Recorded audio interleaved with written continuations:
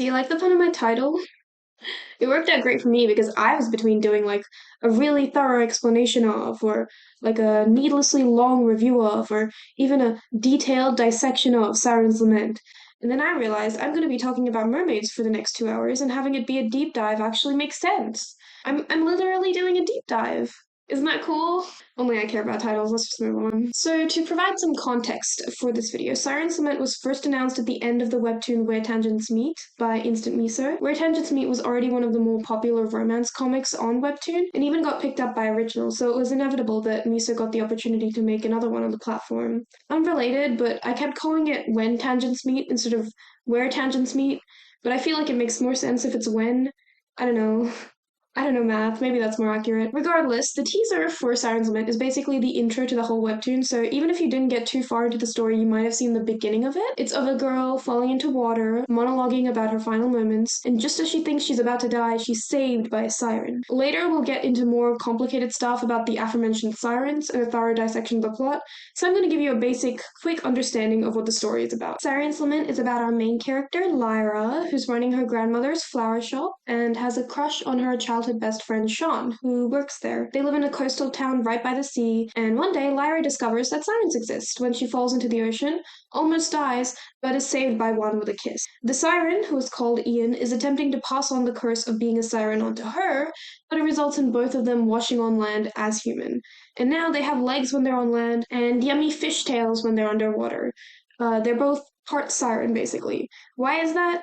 Well, you'll just have to find out later. And that's about the baseline level of knowledge you should have right now. So, the first episode of Siren's Lament released on the Webtoon platform on March 5th, 2016, and quickly became not just one of, but the most popular webtoons on the site for that year. I want to preface this video by saying this is not some scathing criticism of Siren's Lament where I pick apart every flaw like a dissection or be like, this is for teenage girls, look how vapid and meaningless it is. All they do is like it's love triangle romance and shirtless boys.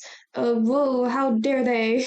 I don't know, sexualize all the characters, how boring, blah blah blah. That's what they sound like. Because I think those kinds of videos just feel like rage bait, and I don't want to be rage baity. I just have no interest in going through each SL episode and being like, aha!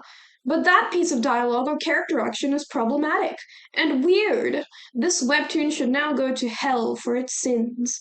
I think that's just a waste of time.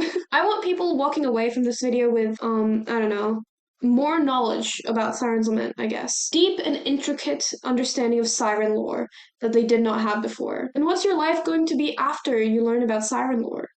I guess you'll just have to watch this video and find out. If you want to watch someone punt on teenage romance media for 2 hours, watch like I guess anyone else and be angry over there.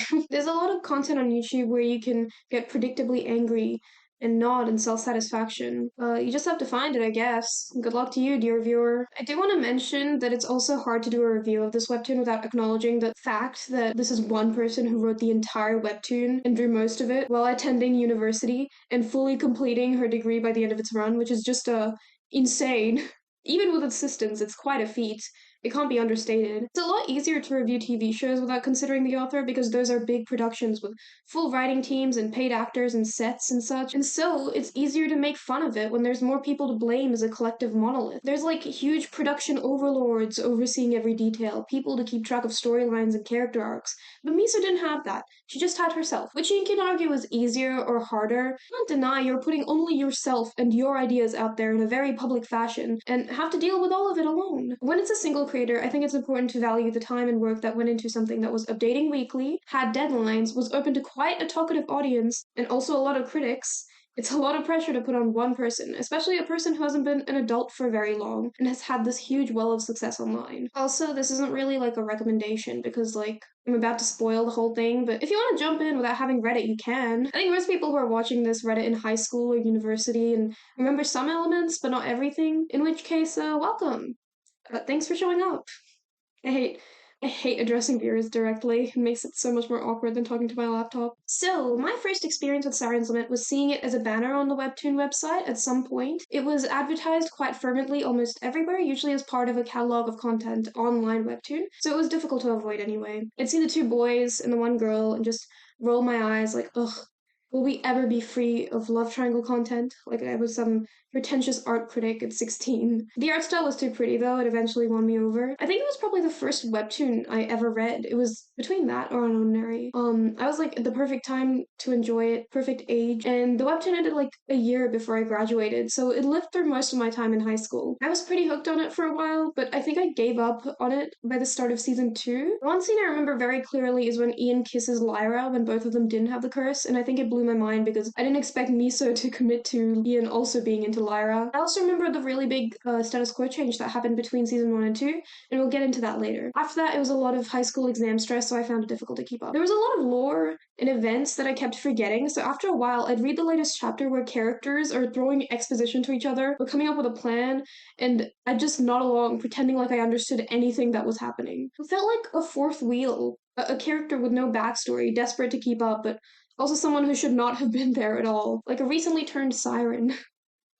The joke will make sense later. It was around then that I decided to just switch to comedy and slice of life comics that were easier to keep up with. I remember liking the series as a kid, but I don't think I got too invested. It wasn't something that was ever at the forefront of my mind, like an obsession or a fixation or anything. But it was always the first webtoon mentioned whenever I talked with people in my class or even in university. It was very easy to talk about with other people, because eventually you'll reach the part of the conversation where you're like, do you like Shon or Ian? It was like the modern Team Jacob and the other guy, except specifically for webcomic enthusiasts. And then we would all pass a look of severe judgment to the one girl who said she liked Shon better, before we swiftly moved the topic along to another webtoon. Also, I'll be referring to this webtoon as SL to save myself the trouble of having to say Siren's Lament 50 times. I'll already be saying Siren way more than a normal person ever should in their lifetime. And yeah, I think that's most of the context for this video. The rest of the housekeeping to cover here. Yeah, I have nothing else to add. Alright, let's go on a journey, or a deep dive to the world of Siren's Lament. The glow. This is going to be a very short section because I just want to talk about how when I first started rereading this webtoon, I just couldn't get over this heavenly glow around all of the characters. I don't even know if I liked it or if it annoyed me. It was just like something I couldn't get past. It was there all the time in the first era of episodes. I had no idea where to put this, so I'm just plugging this section right in here. It stopped being as much of a problem towards the end, but it was just so bright. I think it's to make the characters the focus of the scene, or it's probably for aesthetic purposes. I'm sure there was some technical, reason for it. I just don't know how to feel about it. It's like I can live without it. The characters are all emphasized well enough via size, and the composition's good enough that it doesn't need to have the glow, and I'd be fine with it, or without it, I guess. But also the glow fits the aesthetic and makes the backgrounds fade out really easily. Actually, yeah, I think that's why. It's to hide the backgrounds. But when you notice it, you really notice it. It looks like there's the Carnation Flower Shop, and then just this white void everyone outside is living in. It looks like heaven, which is funny because heaven is actually shown later in the story, and it's nowhere near as bright as this. I think it's used more sparingly in season 2, but even then, when it's a character turning around and saying something profound, it's so terrifyingly intense. I feel like I'm getting jump scared each time. I don't know why I added this section. It's just something I felt like I had to acknowledge. I swear I will get into more legitimate stuff later on, just trust me. It's just that if you're ever planning on reading this, be prepared for the glow. It's blinding. Well, anyway, moving on. Where are we? There aren't a lot of locations in SL. I think that's a limited backgrounds issue, though. In Webtoon Originals, you have a pretty stressful deadline, so most artists choose to use pre-made 3D backgrounds with a few locations to save time on drawing backgrounds, or if you just suck at drawing backgrounds. The main location we see all our characters in is the Carnation Flower Shop, which was run by Lyra's grandmother Hona, and now by Lyra herself. It's just below where Lyra lives, so it's a flower shop connected to her house upstairs with a spare bedroom for her grandmother. I just don't know how much business a flower shop is making to allow for this fancy apartment with a bathtub and an ocean view, but Hona is basically immortal, so I'm assuming she had some underground operation to keep Carnation afloat. Otherwise, the flower shop is mainly used for flower metaphors and as a hangout spot for the characters when they want to plan strategies for whatever siren mess they've gotten into for that week. I liked it a lot. It's very comfy, I think. Compared to the vast coldness of the sea or some random party place, the flower shop is always a welcome environment. Lyra's room was another location, but we were never there for that long. It was also just pretty empty. It didn't look too lived in, but again, it's a 3D backgrounds issue and a deadlines issue. It's not something I'm going to take this webtoon to court over. Another location is the hospital that Hona is staying at. There's not much to say about it. It's a hospital, and there's a park outside. It exists. It's there. Also, there's a beach. The beach has no name. In fact, I don't think the town is named at all, but I might be wrong about that. I think this town could have benefited from a very sea name, like Rosewater Bay or something. I would love it if it was something stupidly on the nose, like Mermaid's Cove. It would have helped characters who didn't know about the Siren world to make peace with it a lot faster.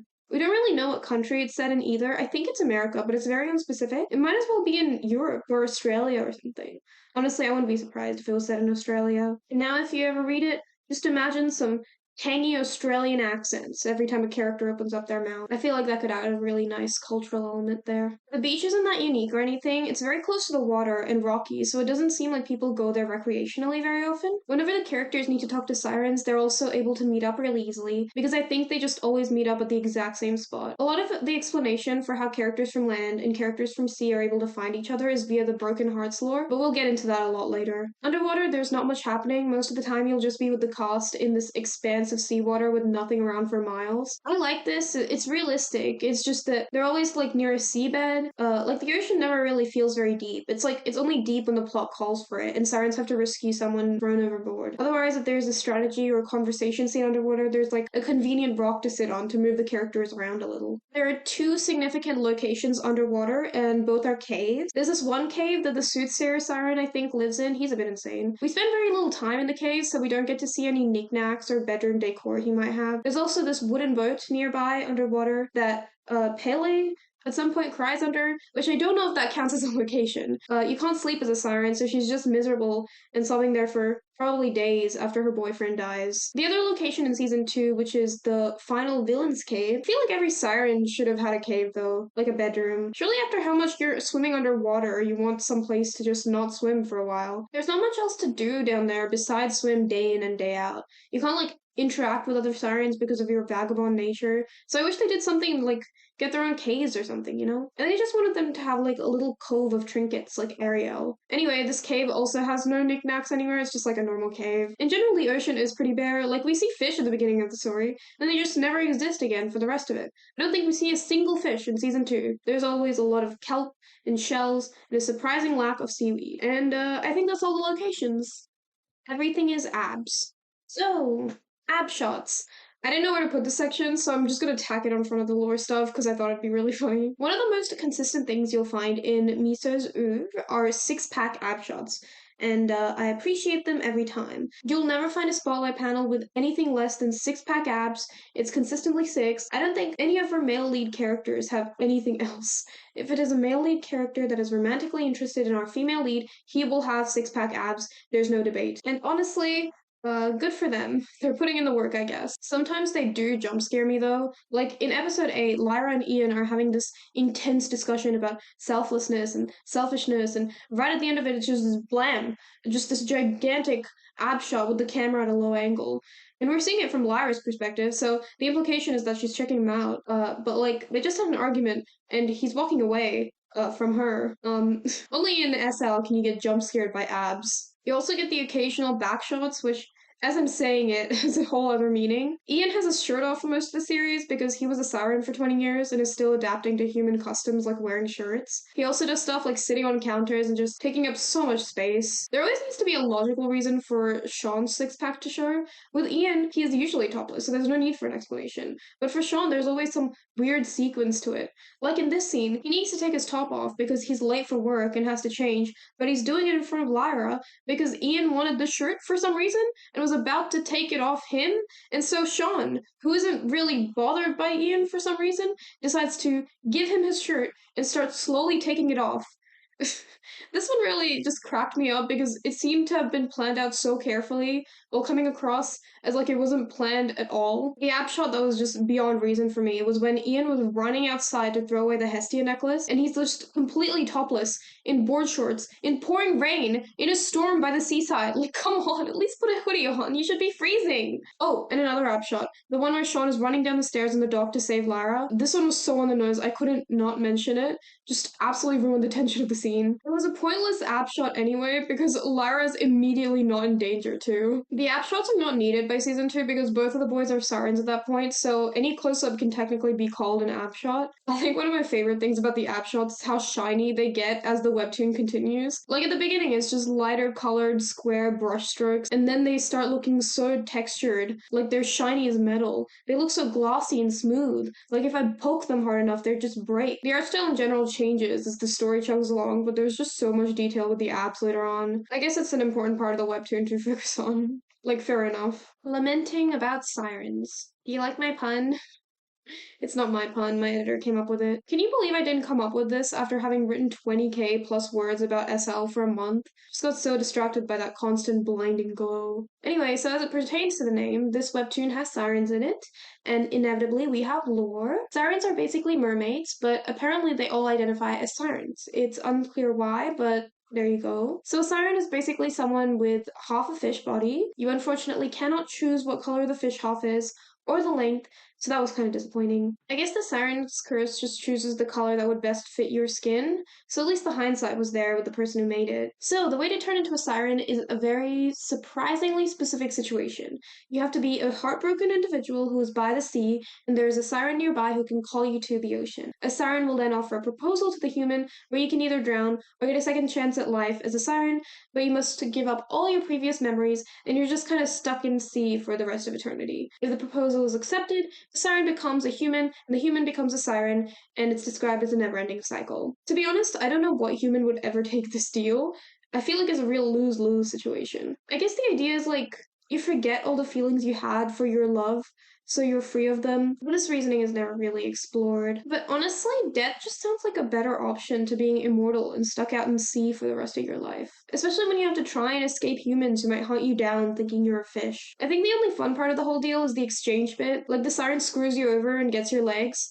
They should have gotten the other person's legs and swapped lower halves. That would have been cool. Anyway, if this sounds like a good idea to you, the human accepts the proposal by kissing the siren. Though this consensual process kind of gets retconned because it turns out that sirens don't really need to explain the rules of the curse, or even ask the human, they can just pass it on via kiss with a broken-hearted person. It's unclear if Lyra was tricked into becoming a siren by Ian, or if she actually did accept the deal. Ian insists she accepted, but she said she didn't, and they never really properly hashed it out. But if she was tricked, and none of the heartbroken people ever accepted it, then why is it even called a proposal? Why is it even called an exchange when the heartbroken people have no choice anyway? Maybe it's just a trickster thing, but I'm more inclined to assume it was just retconned, because most reasonable humans would obviously be like, no.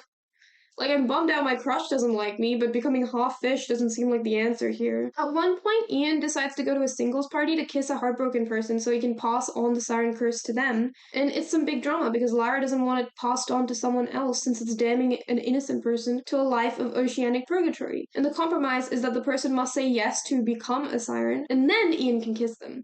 The proposal just doesn't matter after a while, though. When a siren kisses a human, or a human kisses a siren, you immediately swap. There's no way to refuse. I just love the idea of a siren trying desperately to make it sound like a good deal. Like, no, it's great. You're stuck underwater all the time, you can't sleep or eat, you don't have any friends, you're at the mercy of the sea, but you can kiss another human and just pass the curse on to them, like I'm doing right now, so it's not all that bad. Like listening to a monologuing crypto bro, and you failed every attempt to exit the conversation in a polite way. And sirens, when they're made, also have the knowledge of the curse already baked into them, and are able to understand the circumstances of their situation, because passing on their curse is their only purpose as a siren. Sirens also can't drown, and also do not age. However, they can still die. If you're attacked by a sea creature or any weapon, you can be killed, and if you're out of water for long enough, you can also just die. You're unfortunately not immortal. Honestly, you can pretty much live forever as a siren if you just keep out of shallow waters and away from fishermen. When sirens die, their bodies don't wash up on shore, but instead they turn into sea foam. So when people turn into sirens and die, they basically just disappear from existence with no trace of themselves,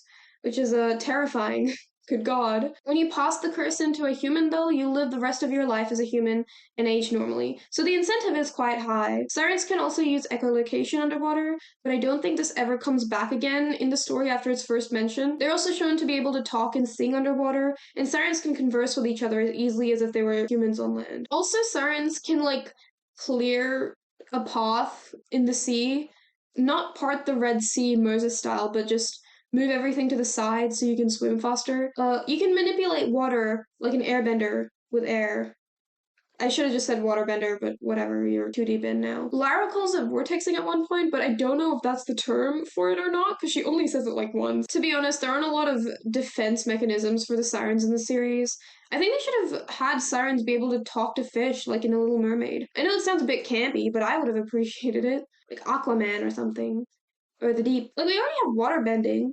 I think manipulation of fish is not that far off. The fish could have added some much needed help when the gang is full of non combative humans and sirens. Also, singing the siren song is a thing that happens, but I don't know if we really see it have any effect. When Lyra first became a siren, she was drawn to the singing, but she was on a high balcony. It's not like she leapt over the fence in search of it or anything. The fence just broke. That might just be because Lyra's protected, though. I don't know if the singing actually has any impact. I think it just restates the rules of the proposal. Regardless, I don't think we ever see a siren actually lure a human with the song. In fact, we only see sirens getting affected by it, but we'll get into that in a little bit. Another thing sirens can do is see the hearts of others, also called siren vision. This is so that they're able to seek out the broken-hearted people who are near water. They see blue hearts, which are broken-hearted people, but otherwise they usually don't see anything on humans. Sirens also don't have hearts, so they can't see how other sirens are feeling. It's just about finding human hearts. Also, the hearts will illuminate or dim depending on the person's emotional state regarding their heartbreak. This results in human characters having to calm down their emotions when they're out at sea,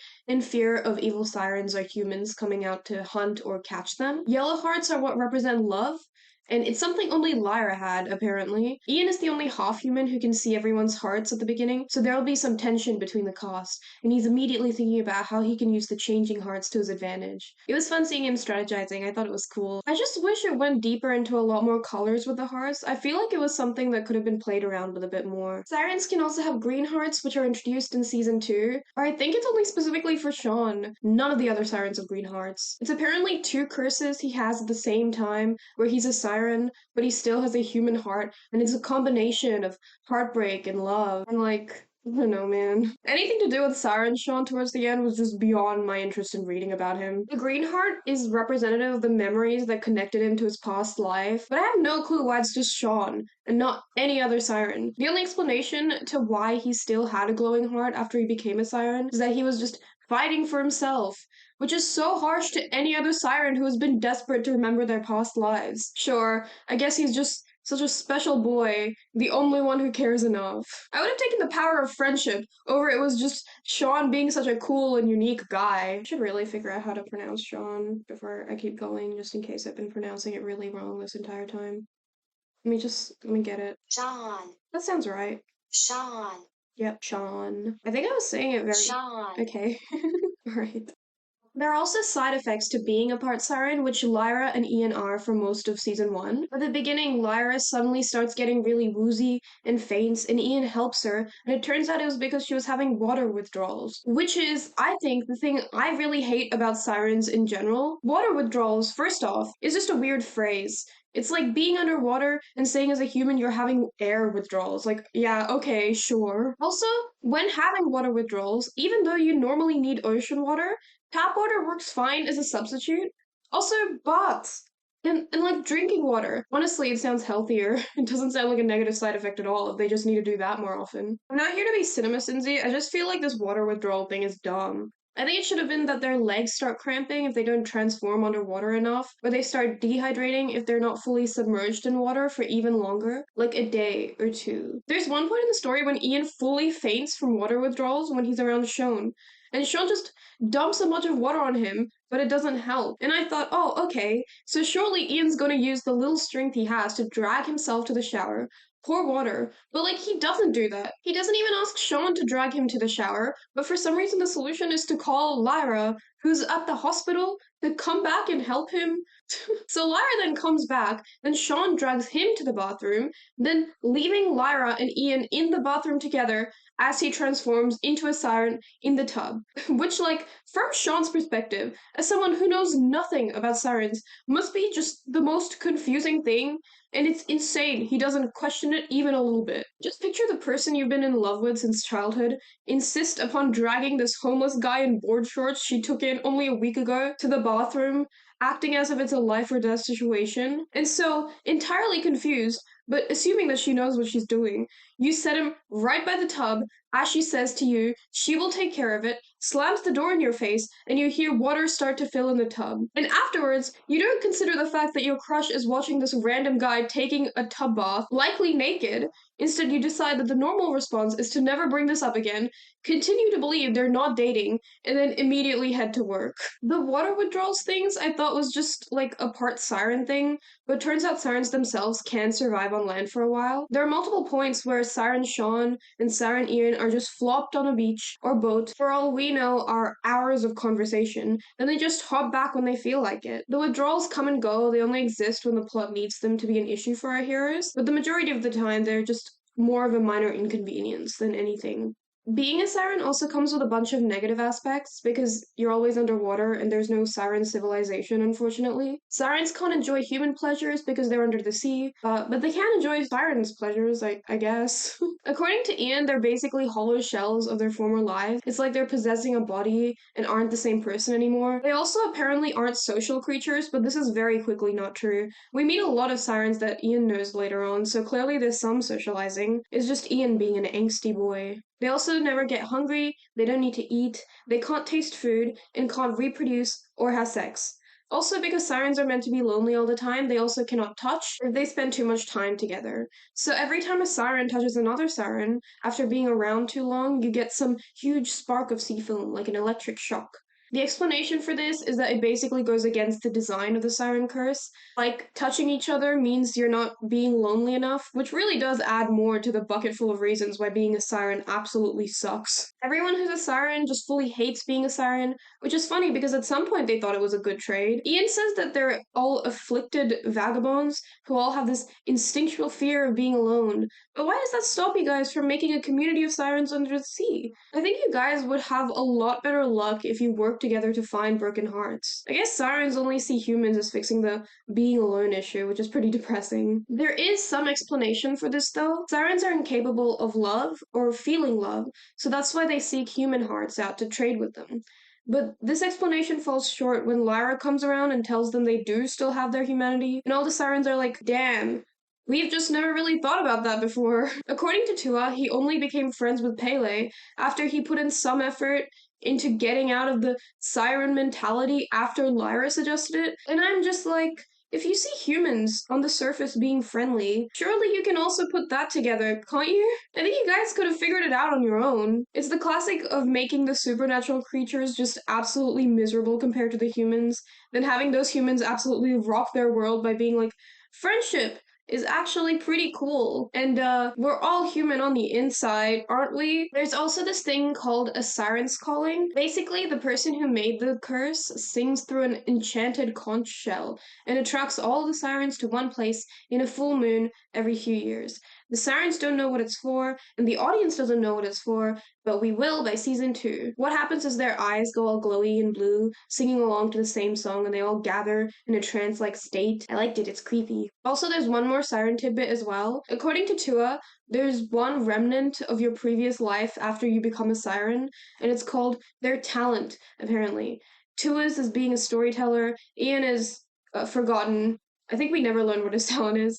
Pele's got dance, but she has no legs. This is a major feature of why she hates being a siren because she doesn't have legs, but I think it's kind of dumb. I feel like dance is more about physical expression than having legs, though. I think sirens can actually come up with some pretty cool dance moves with their tails. The more I'm talking about the series, the more I think I just wanted sirens to have their own little culture going on under the sea, like in that one Barbie movie. The talent thing gets pretty much dropped by season 2, and I was glad for it because it was a pretty weird addition in my opinion. If it's a passion or a desire, I understand, like something to strive for, like an interest.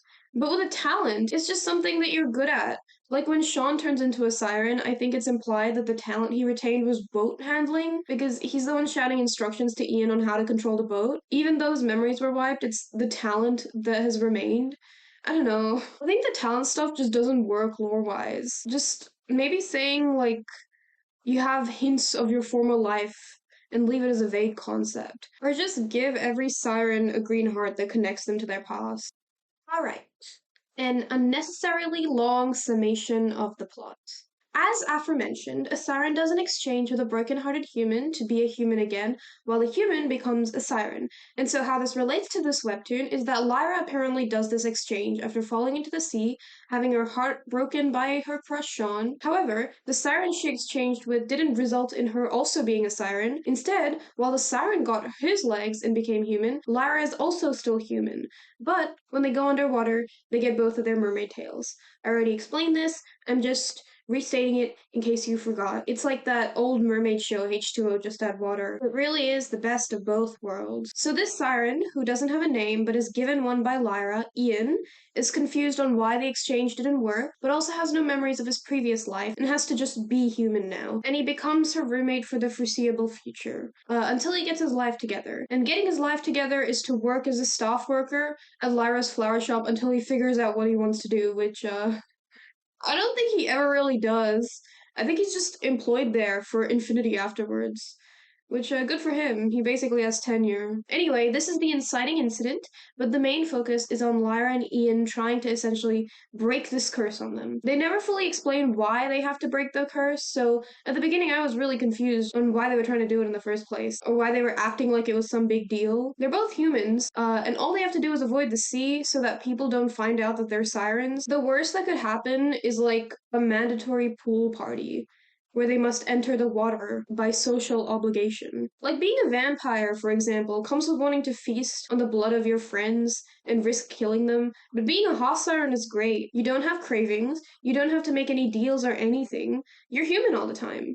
The only problem is water withdrawals, and all you have to do is shower more or drink more water. And fixing the problem, if this is some glitch in the universe, would just lead Lyra to being cursed to being a siren forever, so it's unclear why both of them are so intent on fixing it. Being a part siren isn't all that bad, and also they have a choice. It's like, I think most people can live with that, especially two people who work at a flower shop. There is an explanation on why they're breaking the curse, but it comes way later. It turns out that Lyra is slowly transitioning into a siren, and Ian is slowly transitioning into a human as consequence for the exchange. Like, they didn't split the curse permanently, they're just slowing the transition. But we don't know if Lyra gets more water withdrawals than Ian or anything.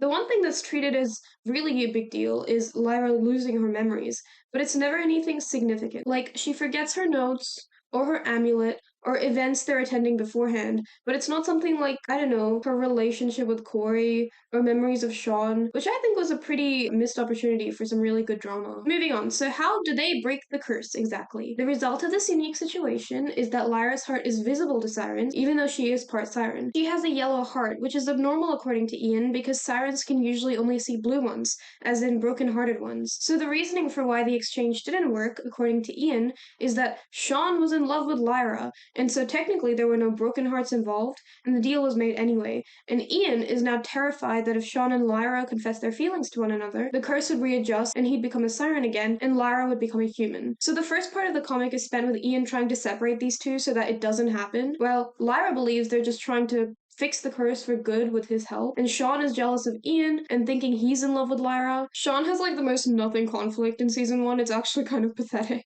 All he's doing is dating this other woman called Alea, and Alea?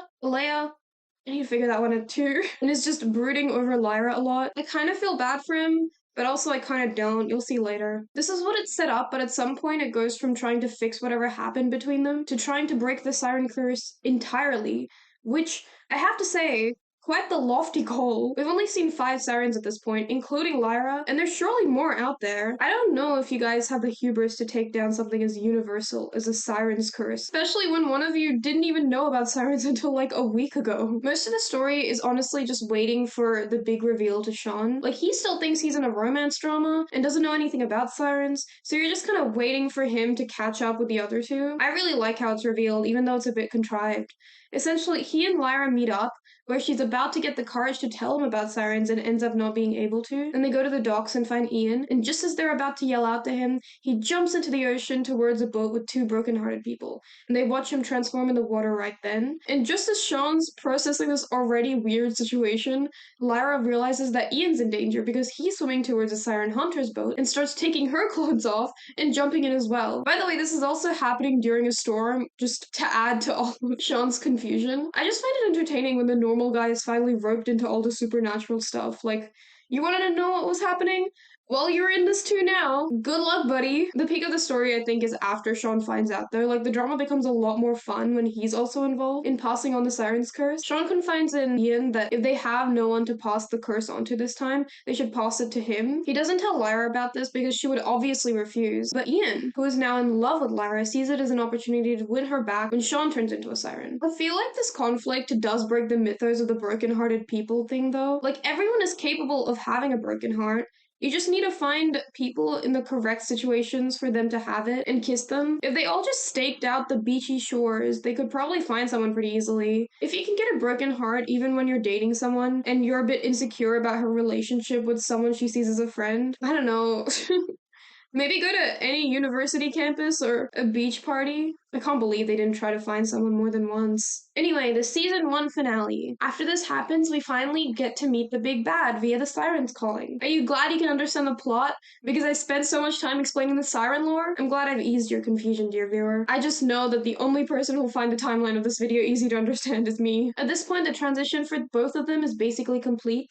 Ian is fully human, and Lyra is going to be fully Siren when she enters the water. The Siren's calling attracts Lyra, and if she steps too far into the water, she'll become a Siren permanently. Ian's just chilling though. And so in the biggest twist of all, Shon takes the curse from Lyra by kissing her, which I think is probably the biggest status quo change. I really liked it. It was fun to switch it up. Now everyone in the main trio is a Siren, or has been a Siren, I guess, which is cool. Shon's fishtail is green, which I was disappointed by. Green's such a cliche fishtail color for mermaids. I wish we got something orangey, or even red, but I guess all the Sirens have different colored tails to have them look aesthetically unique. I think the second season of the webtoon has the strongest writing.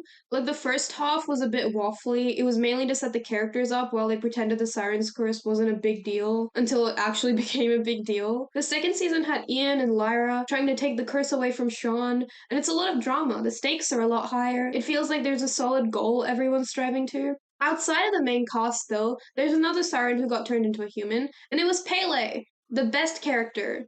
I was excited for more Pele-themed adventures. After the Siren's calling, she turned into a human. Why, you ask? How? I'm glad you're keeping up this hard and you have the same level of investment, and I will explain later on. So where does the story go from here? Basically, the focus is on returning Shon's memories, then breaking the Siren's curse, or it's like both at the same time. The duo kind of flip-flop between the two. To be honest, by season 2, I have even less faith that Lyra and Ian are going to be able to break this curse. She could have benefited from like a training montage or something. Just her water bending over and over again to little improvement. They decide to find a way to reach the person who made the Siren's curse in the first place. Poseidon! This is the big bad of SL, by the way. There's no explanation as to why they think Poseidon would be in Mermaid's Cove, and fortunately close to them, but they're here. Poseidon is also not the Greek god of water. This is just someone else, which I couldn't help but consider a missed opportunity. Like, Poseidon.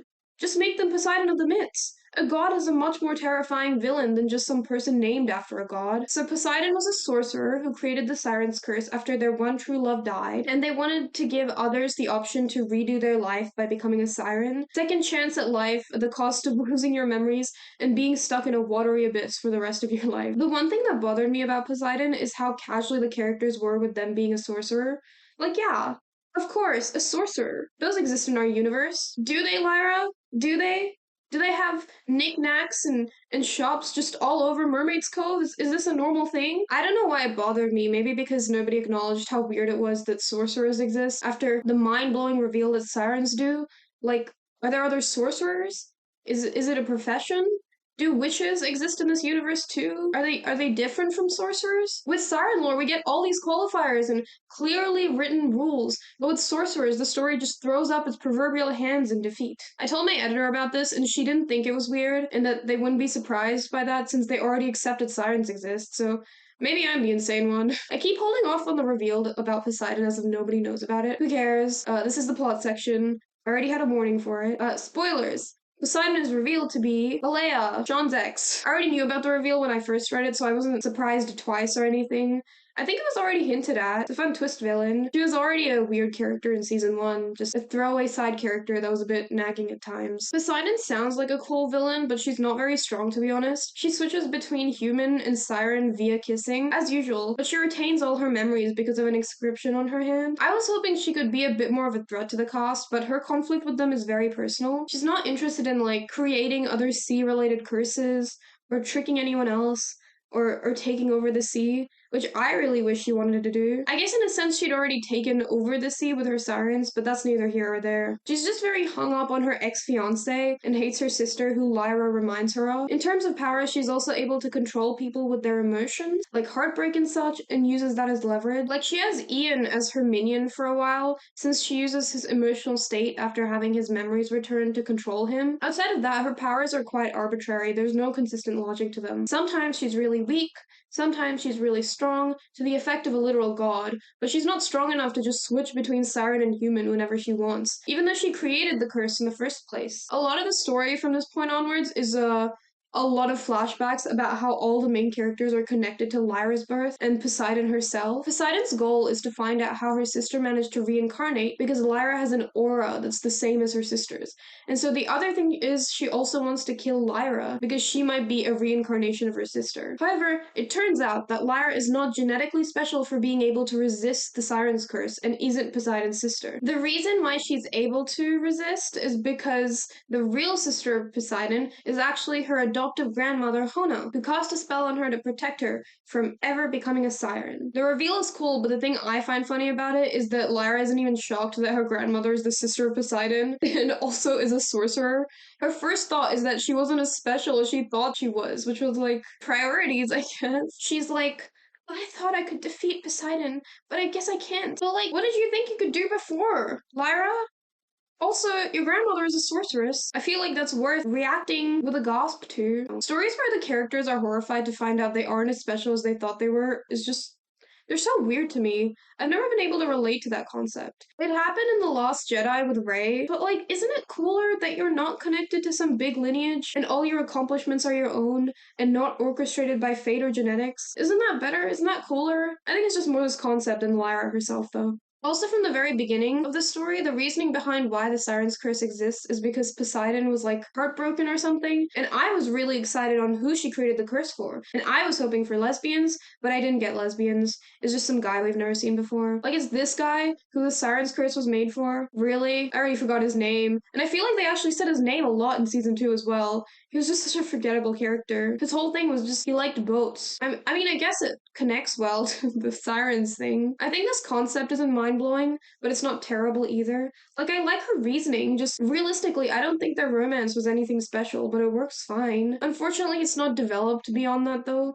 The rest is usually interpretation on the part of the reader. From my perspective, I thought it was really interesting that their love resulted in basically these underwater slaves who she can control on a whim, so she can feel in control and keep her memories of him forever. She wanted to feel less alone, but also be with sirens who are lonely forever, and for them to feel the intense heartbreak she did, because it was something the only family in her life never understood. In that sense, I was intrigued enough, but the story never really properly delved into these ideas. Eventually, Shon dies and turns into a sea foam. Is this a bad time to put a spoiler warning? And the magic Lyra's grandmother gave her resulted in a red heart that was so powerful that it starts pushing away the waves. Actually, like Moses this time. Poseidon almost convinces her to join her, to continue the curse, to commit themselves to the loves they lost, but Lyra decides she can't do it and has to put herself first. And Poseidon, after a speech from Lyra, becomes convinced and also letting go of her love and lifts the curse for all sirens and dies while doing so. There's also this thing where she mentions she'll return Shon's memories, but can't do that for any other siren, which is so weirdly specific. Just another slap in the face for all the poor sirens who have to now assimilate back to human society as if nothing happened, while Shon is just given a free ticket out because he's Lyra's boyfriend. Also, Poseidon now goes to heaven and meets up with her true love she lost as well as her sister, so it's a pretty happy ending for her. For all the crap she pulled, I'm surprised she got such a good ending, like Akito from Fruits Basket. I feel like it's such a shoujo thing to immediately forgive your villain without consequence. I guess dying is punishment enough, though. So in the finale, all the sirens just wash up on the sea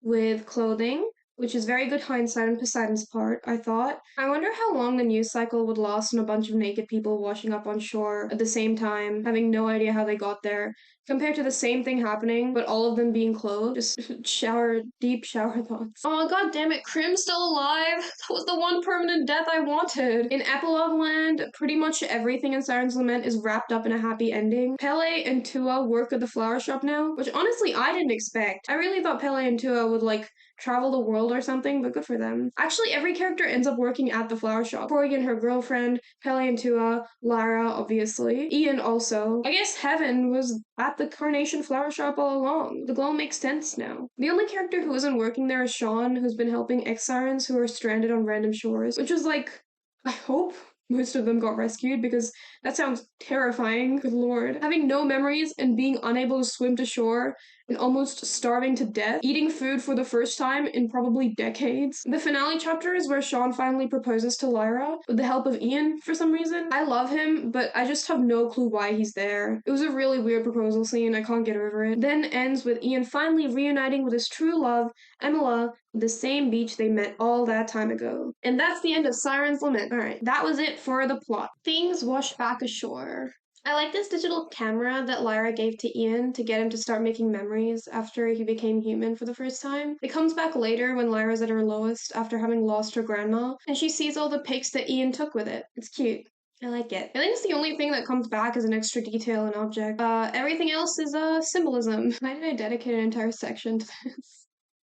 Okay, moving on. The love triangle. So, if you managed to somehow make it to this part of the video without thinking there was a love triangle in this webtoon, congrats. Now you know. I know we just got through the entire plot, but I can't not have a section dedicated to romance when romance was the primary selling factor for a lot of people. So the love triangle has Lyra at the center, and the two sexy boys in love with her are obviously Ian, the half-fish bad boy, and Shon, her childhood friend. I was never much of an enjoyer of love triangles. I always found them to be too angsty, and not in a good way. I think the characters at the center of triangles are always the problem for me, because they're either too stupid to notice what was happening, or are pretty aware and decide to just be in limbo about it. You'll notice that when love triangles in media start getting stretched out and the person in the middle becomes aware that they have to choose, they eventually make some long speech about how bad they feel, stringing the two people along, and the two people have to comfort them, being like, don't feel bad.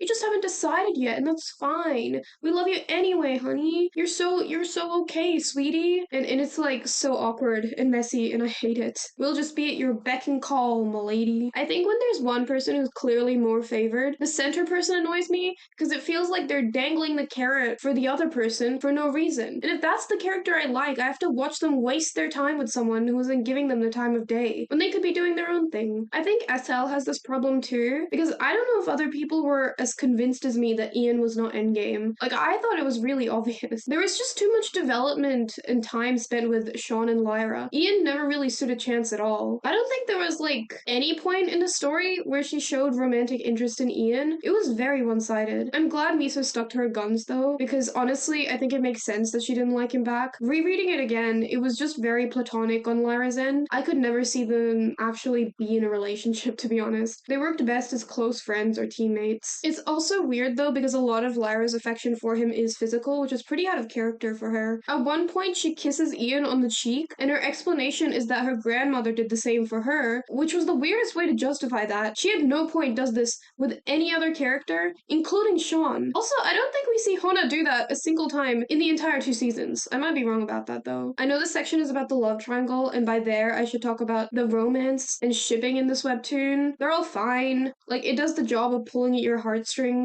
I thought Lyra and Shon were fine. They were cute. It's satisfying to see them together after 30 chapters of them yearning and refusing to have an honest conversation. I liked how whenever they had a proper serious moment together, you can bet that Ian will crash it in seconds somehow. Most people did prefer Ian throughout the course of the webtoon because, obviously, he's hotter. Like, look at him. I mean, that's what people said, but he also has a fun personality. Ian is a bad boy redeemed by love, so it's nice to see him change and grow better as a person because of Lyra. He's been a siren for most of his life, so finally learning to love humans not as a stepping stone to get what he wants, but as people worthy of empathy and love is nice. It's just a more interesting arc than Shon pushing Lyra away because he's worried their relationship won't work, to being like, never mind, it was fine after all, and telling her he likes her. Shon and Lyra's relationship is one that gets frustrating to read after a while, because a lot of it is based on misunderstandings. Before they start dating, Shon was dating Alea, even though he liked Lyra, and Lyra never told him how she felt, so it's a lot of fumbling around while they constantly keep their thoughts to themselves. After they start dating, it's the opposite situation, because Shon thinks Lyra has feelings for Ian, while Lyra can't kiss Shon because of the Sirens curse. And so we have to read so many episodes where Lyra is about to explain everything about Sirens to him, then he or another character says something, and she's like,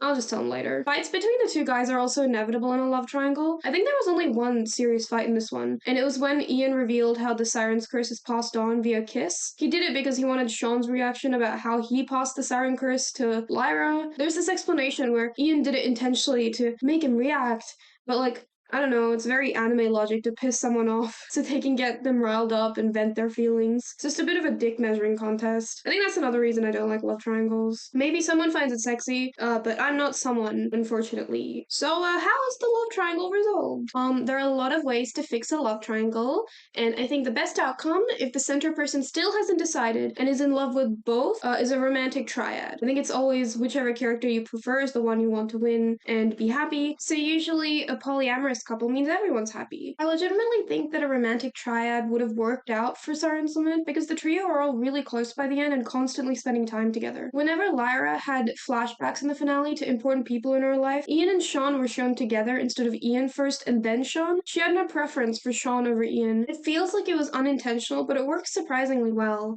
I don't know if it would have been a bridge too far for people who are uncomfortable with anything that's not monogamy, but I actually think it was the best outcome for this webtoon. It made the most sense for all three of them. The usual way a love triangle is fixed is the person picking someone and the other person being left in the dust, or one of them losing feelings for the center person, which I think is the most normal one actually, or one of the half dies, which is real morbid. I don't think I can think of any examples of that one. It saves the person in the middle having to make the choice, though. I thought this could have happened in the finale because Shon does turn into sea foam at one point, and he's just full dead. It really does seem like a permanent death. Like, it's hard to imagine a human materializing out of sea foam, but it does happen. Or you could try the, Twilight route and have the other guy date your daughter, which is just, I don't know, a lot, I guess. There's no way Siren's Lament would do anything like that. Right? Am I right? Right, guys? I'm burying the lead here a little bit. Ian doesn't date Lyra's daughter or anything that bad, but he did fall in love with her mother. Yeah, the aforementioned Emila is revealed to be Lyra's birth mother. This is why I was holding off on the reveal about Emila in the plot section, because I wanted to be a surprise here. You're welcome. In the 1990s, before Ian became a siren, his name wasn't Ian, but Kai, and he fell in love with a woman called Emila. He was selling trinkets to women by flirting with them on the beach, and Emila was the first person to see through him. She was constantly at the beach because she was in an unhappy marriage, and they built a connection as they kept spending time there together. Slight tangent, but I found it so bizarre that you can't even tell what year it is. Current time is 2016, and Lyra's mother died 20 years before that, so it's 1996 in this flashback, but it looks like they're in a timeless void. I think there's surely been a lot of changes in outfits in 20 years. Anyway, by the end of the story, Ian reunites with Lyra's mother, who washes up as an ex-siren, and they start up a relationship again. And now all three of them are happy. And you can decide if you find that too messy to enjoy or not. The thing about Ian's feelings for Lyra is that they just kind of disappear as the story goes on, which makes sense. Like, the stakes ramp up towards the finale, and they don't really have time to deal with it. But there's a point where Ian is half convinced that Lyra and Emila are the same person, and he has a plan, like, when he gets her memories back from Poseidon, he's gonna swoop in and get her over Shon or something. But as soon as it's confirmed they're not the same person, he just gets over it. And I have to say, I think the implication is, like, he only liked Lyra because she reminded him of his previous love, and she was similar to her mother. And I don't know. I don't think I like that very much. It's just, not very fun. I guess it's less problematic than Twilight because it's the complete inverse of Jacob's thing with Renesmee, but still. I like Ian's friendship with Lyra towards the end of the story, like, it's very sweet. I have no opinion on if platonic or romantic would have been better. They're both equally fine to me. I wish this was just resolved. I think they could have benefited from a conversation about his feelings and how he's ready to let her go or something. I don't know. I know Ian and Lyra never dated or anything, but I think it was so weird how often he was was there in the epilogue. Like, even in the proposal scene, he's in a boat nearby shooting fireworks. And the first thing that Lyra and Shon are talking about on the boat is about how Ian's been off lately or something. A good drinking game for season 2 is taking a shot every time Shon and Lyra say something to the effect of, I think Ian's been acting a bit off lately. It happens so often. The couple just doesn't have any time where they're on their own and saying anything romantic to each other. They just constantly talk about Ian. I can't wait to get comments on this video being like, I counted the number of times, and it was 2 times. You liar. Okay, nerd. Even after Lyra and Shon ended up together, they talk about and hang out with Ian so much to the point that I'm like, you guys need to give him a little space. I don't know, man. This is weird. I think the best relationship in this webtoon was Tua and Pele. The trio were just a lot, all the time for me. Tua and Pele were friends, but they fell in love with each other as Sirens, and it's really cute. We didn't see them very often, but it was always the best part of an episode to see them. Every time they had a scene together, I was enjoying the drama of it. It was a real Romeo and Juliet vibe where they weren't allowed to touch, but still hung out together all the time. It was cute. Artistry. Since this is a webtoon, the story is presented to us via imagery with dialogue and narration. This whole section is probably the nerdiest and most technical I'm ever gonna get, so just prepare yourself. Every placement of the speech bubbles was really well done, the sequencing was easy to read, the panels at the beginning were a lot smaller, where you could see the edges of it, but as time went on, Miso found her style and started having larger panels that were easier to read on a phone. I don't think there was ever a moment where the dialogue was off for a character or I found a spelling mistake. The editing was really good. The text placement and size was great.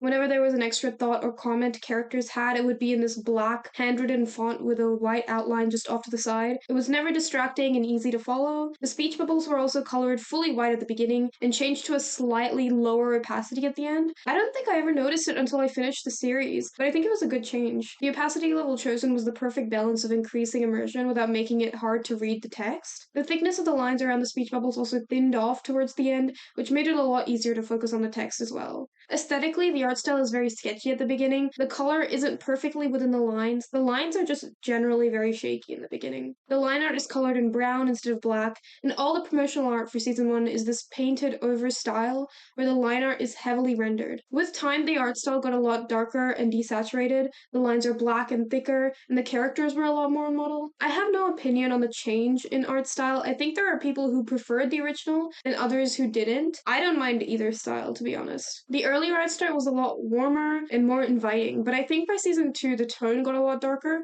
so it works well enough thematically. It's also inevitable when you're reading through a 4-year webtoon that the art style changes as the artist does, and if the art style at the end was the best and most efficient way to meet those deadlines, then it's completely fair in my opinion. I'm assuming that by season 2 Miso was working with assistants, and it's probably a lot easier and faster to color when the lines are clean and connect well. I think SL actually becomes a lot easier to read in season 2, mainly because of how clear the lines are. The art style is very anime inspired, so that means our characters are the most drop-dead gorgeous people you will ever meet. I think one thing I really appreciated about the style is how unique each character looked, never suffering from same face syndrome. Alea and Lyra's faces are very easy to tell apart. Just from looking at these two characters, you can tell they're very different, and not just because they have very different colored hair, something artists might not usually consider with their style. Even Lyra and Emilia have very unique designs with their faces, mainly their eyes. I think body type wise, the main two guys have the exact same body type, just in 2 flavors. Lyra, Pele, Emilia, and Alia also have very similar body types as well. I think there could have been more diversity there instead of just giving it to side characters we don't see too often. Whenever a character is interacting with 3D objects, it's very seamless as well. It never looked weird. There's a scene where Lyra is taking flowers for her grandmother,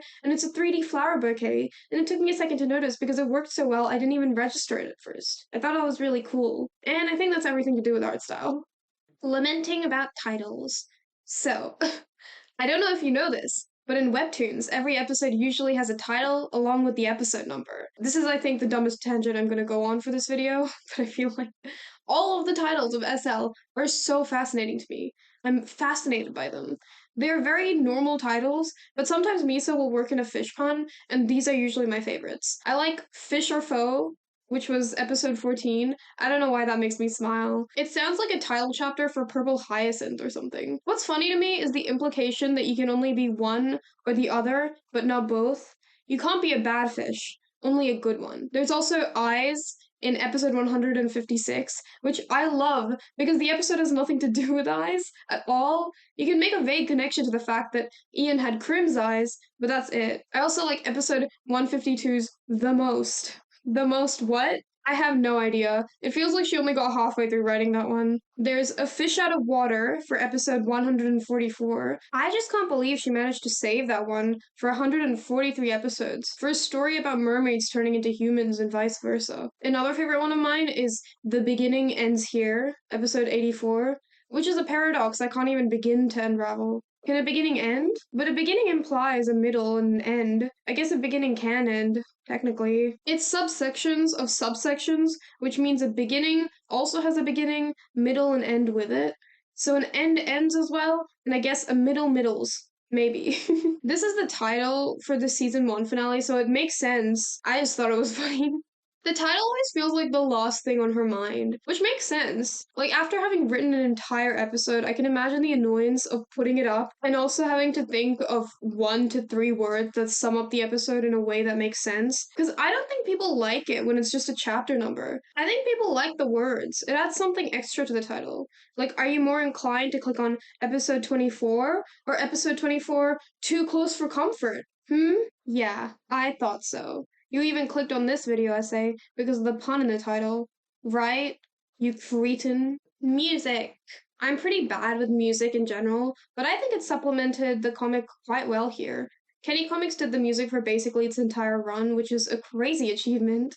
I think he's also done music for a lot of other webtoon originals. I think he gets commissioned a lot. I have to say though, in the website version, I had to keep turning on the music whenever I started a new episode. I don't know if it was a settings thing or an issue with the website, but it was quite annoying. I hope they fix that. If it is a webtoon issue though. I have nothing more to add because I don't know anything about songs, but it was good. It did the job of making me feel things. Good work. Symbols and what they did. Sirens Lament has a lot of symbolism and metaphors, which is how characters analogize their relationships or identities. The symbols in SL remind me a lot of Fruits Baskets, because that series also used a lot of metaphors with simple household objects or nature. But I think SL doesn't really teach you anything with the symbols, though. There's nothing the audience can really gain from them as lessons about life. They never try to say anything applicable to the real world. If there's a lesson or message it wants to say, the characters, or usually Lyra, will say it out loud in no uncertain terms. The symbols are more so ways for the audience to further understand the characters in our lives. The Odyssey. Shon reads the Odyssey, and it's meant to be an analogy for his own life. Like, he's the main character, sailing back to his wife, or Lyra in this case, I guess. This appears in one episode in the beginning, and never again later in the story, unfortunately. This one didn't work for me too well because I've never read the Odyssey, so I'm definitely not an authority on this topic. I guess he became the protagonist of the Odyssey and got through all the challenges in his life like he wanted. Good for him. The flowers. Flowers are kind of everywhere in Sirens Lament, and it's obvious because the main character owns and basically runs a flower shop. I did really love this metaphor in episode 3, where Lyra takes the petals of the flower in a he loves me not kind of way, and realizes she destroyed something that was good. The flower represents Shon and Lyra's relationship, the petals being what make it beautiful and important to her. I thought it was a really nice metaphor for how she sees her relationship with Shon. Like, she sees it as something to not be tampered with because it's already really good and it works really well. As the audience, it's sad to see her repressing her feelings, but it's how she contextualizes her situation. I liked it. Shon makes a very similar flower analogy. His is about cutting the flower when it's in full bloom after it's tended, and then deciding whether he should make something temporary and beautiful or keep it in bloom forever on its own. Lyra is representative of the flower in this. I don't like this analogy because it implies that if he does get into a relationship with Lyra, he immediately assumes it won't end well, which is just really pessimistic and strange, considering what a strong relationship he already has with her. But this way of thinking is accepted by the story as canon, because the reasoning for why he doesn't ask out Lyra is that he's just scared of things going wrong immediately. Unfortunately, the flower metaphors kind of disappear from the story after most of season 1. We start moving into more ocean imagery. We also have shells. Shells represent one of my favorite recurring themes in the webtoon, which is the idea that sirens are husks of their past selves, but that doesn't make them nothing. Like, their body still holds their past, but they're not just shells or coffins forced to roam the sea for eternity. It's very simple, and I like the symbolism. It's done really well. The funny thing about this one, though, is that most of the webtoon after the scene with the shell is all the sirens desperately trying to become human again. Like, that's what Lyra especially wanted as well. I feel like you can't have your cake and eat it too, by saying that sirens are still people and worthy of love, but also be like, We gotta break the curse. Becoming a human is like so much more dope. There's this very strange hesitancy to admit to the humanity of sirens themselves that I just don't understand. I get why breaking the curse is important, but I don't think saying sirens need to get their humanity back is the best way to communicate that. We also have pearls. Pearls are the main symbol for the relationship between Kai and Amela. The way to tell apart fake pearls from real pearls are when fake pearls are just too perfect. And that's how Kai felt about their relationship. Like a string of fake pearls. Perfect. But it couldn't be anything real because she was in a relationship with another man. This one works pretty well too. When she breaks off their relationship, it shows the pearls being broken too.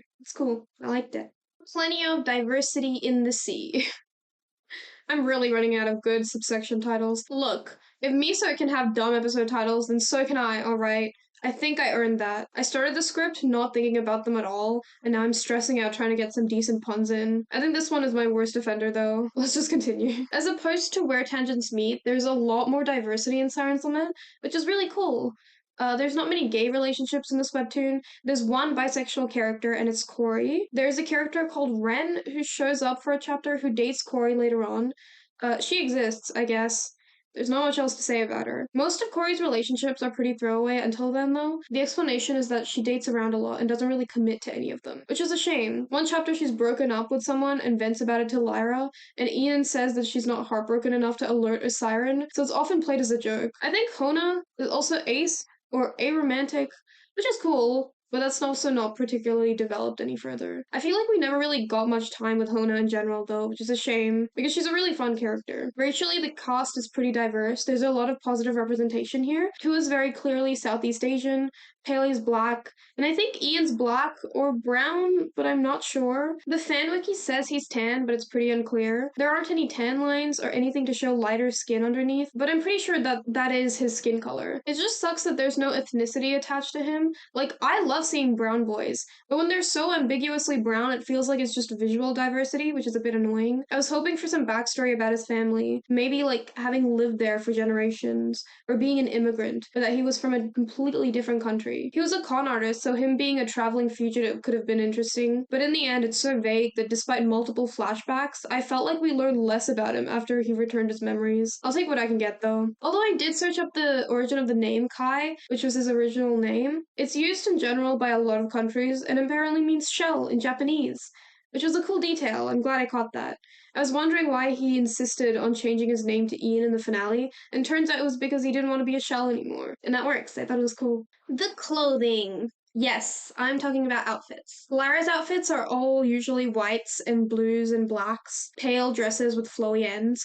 I really like them. I think it fits her character really well and looks really pretty. Whenever there's a windy scene by the beachside, her dress billows up in the wind and it looks nice. I guess it could be like her white dress symbolizes her innocence and purity or whatever, but I think that's for literature nerds to explore, not for me. My editor mentioned that it was a good thing she wears dresses because turning into a siren would be so awkward. And yeah, honestly, how the heck did any of the guys manage to become a siren while wearing shorts? Did they just have to awkwardly carry their boxers everywhere by hand? Did they just throw them in shore and hope they didn't get washed away? I'd rather not have an in-comic explanation, though. I'm glad it's just been gracefully omitted. Lyra also always wears this jean jacket whenever she wants to cover up, which I also like. It looks like something Corey bought for her rather than something she actually wears often. This white dress is the most iconic outfit she has. It's usually what she's wearing in webtoon banners and stuff, and it's nice. I just hate the back end. It's like so down there, while the front is higher up. I think it's just more this banner than this dress. Like, in any other artwork, it looks even. For how buttoned up she acts, Lyra actually wears a lot of pretty skimpy outfits throughout the webtoon, which, honestly, good for her. I think Ian inspired her as time went on. I just wish she wasn't constantly forced into it. She's always so uncomfortable about it. It's not like she gathers the courage to wear them voluntarily. She's just embarrassed the entire time. When she's a siren, she has this plain orange bikini with a teal tail. It matches really well. It's a pretty iconic design. With the orange bikini, though, it's another thing she doesn't like wearing because it shows too much skin. I'm not someone who likes showing skin too much either. Like, the thought of it makes me really uncomfortable. If this was the only swimsuit I had when I was going on a swimming trip with a hot guy, I would 100% just buy another swimsuit in preparation, and maybe board shorts and a rashi. Even if we were literally walking to the beach, I'd buy a swimsuit on the way and pretend the bikini didn't exist. There's this dress she wears in the finale, which is filled with pearls. I really like it. It's meant to be representative of a wedding dress, but I don't really see it. It's pretty regardless. The Sea Princess theme is really nice. My only gripe is that I think it also slopes down in the back. I think I just hate dresses that do that. Also, the Sea Princess dress has fake pearls. That's a real awkward connection to Emila that hopefully isn't intentional.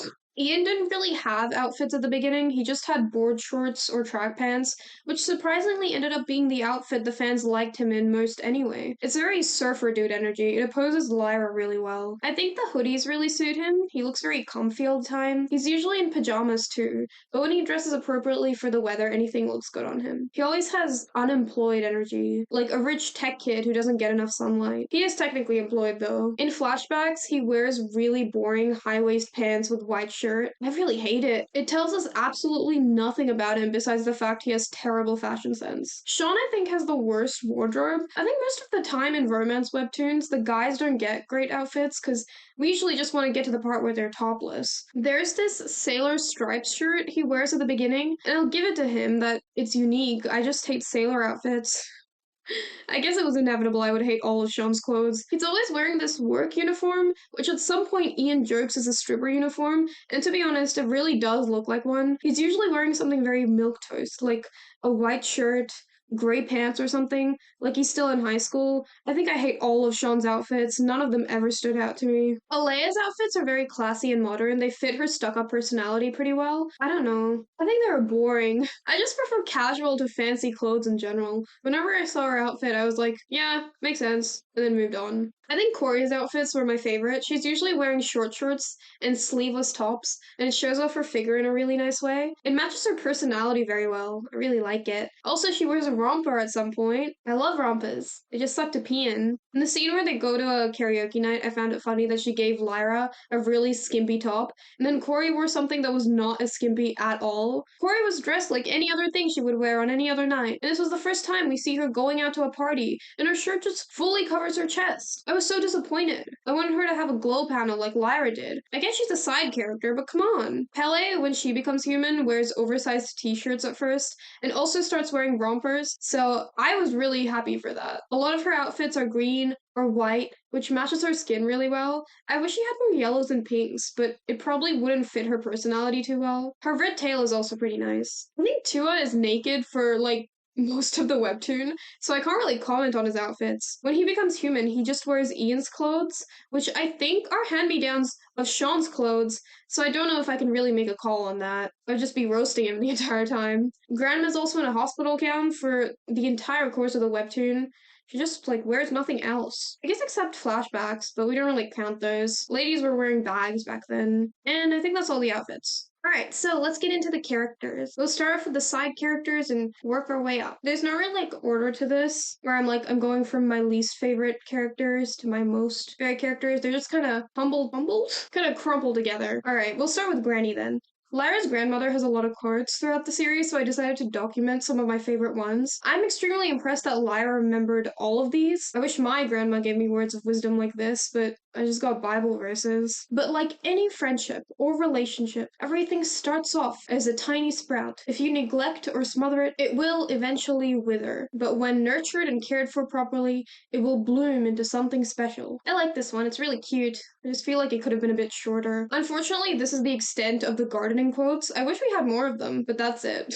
The next one is, it's normal for people to get wrapped up in themselves sometimes. There's nothing wrong with it, it's only human. This one is kind of weak, it's just like, humans are selfish. And that's pretty human. Like, yeah, I know. Thanks, Grandma. The next one is, we're always going to be searching for instant solutions, but maybe we suffer so that we can become stronger, so that we can reach out to those who may face similar hardships later. And this one's nice, I like it. Especially like that Pele immediately rebuts it, because she's someone who's been through a lot of suffering and can't afford to be naive like the quote suggests. But as she goes through her storyline, she's able to accept what Hona said and move on. It works well. I think Pele's arc was the most satisfyingly resolved storyline by the end of the series. Alright, so Hona herself. Hona is actually a very fun character. You'd think she's very frail and wise from how Lyra talks about her, but she's actually quite firm and stoic, very quick to getting into petty arguments with her step-granddaughter. I don't think I was too emotional over her death scene, but I really wish we got a funeral for her or something. Because after her sacrifice, she was pretty much forgotten. She gave Lyra her lost piece of magic, was implied to have died from this,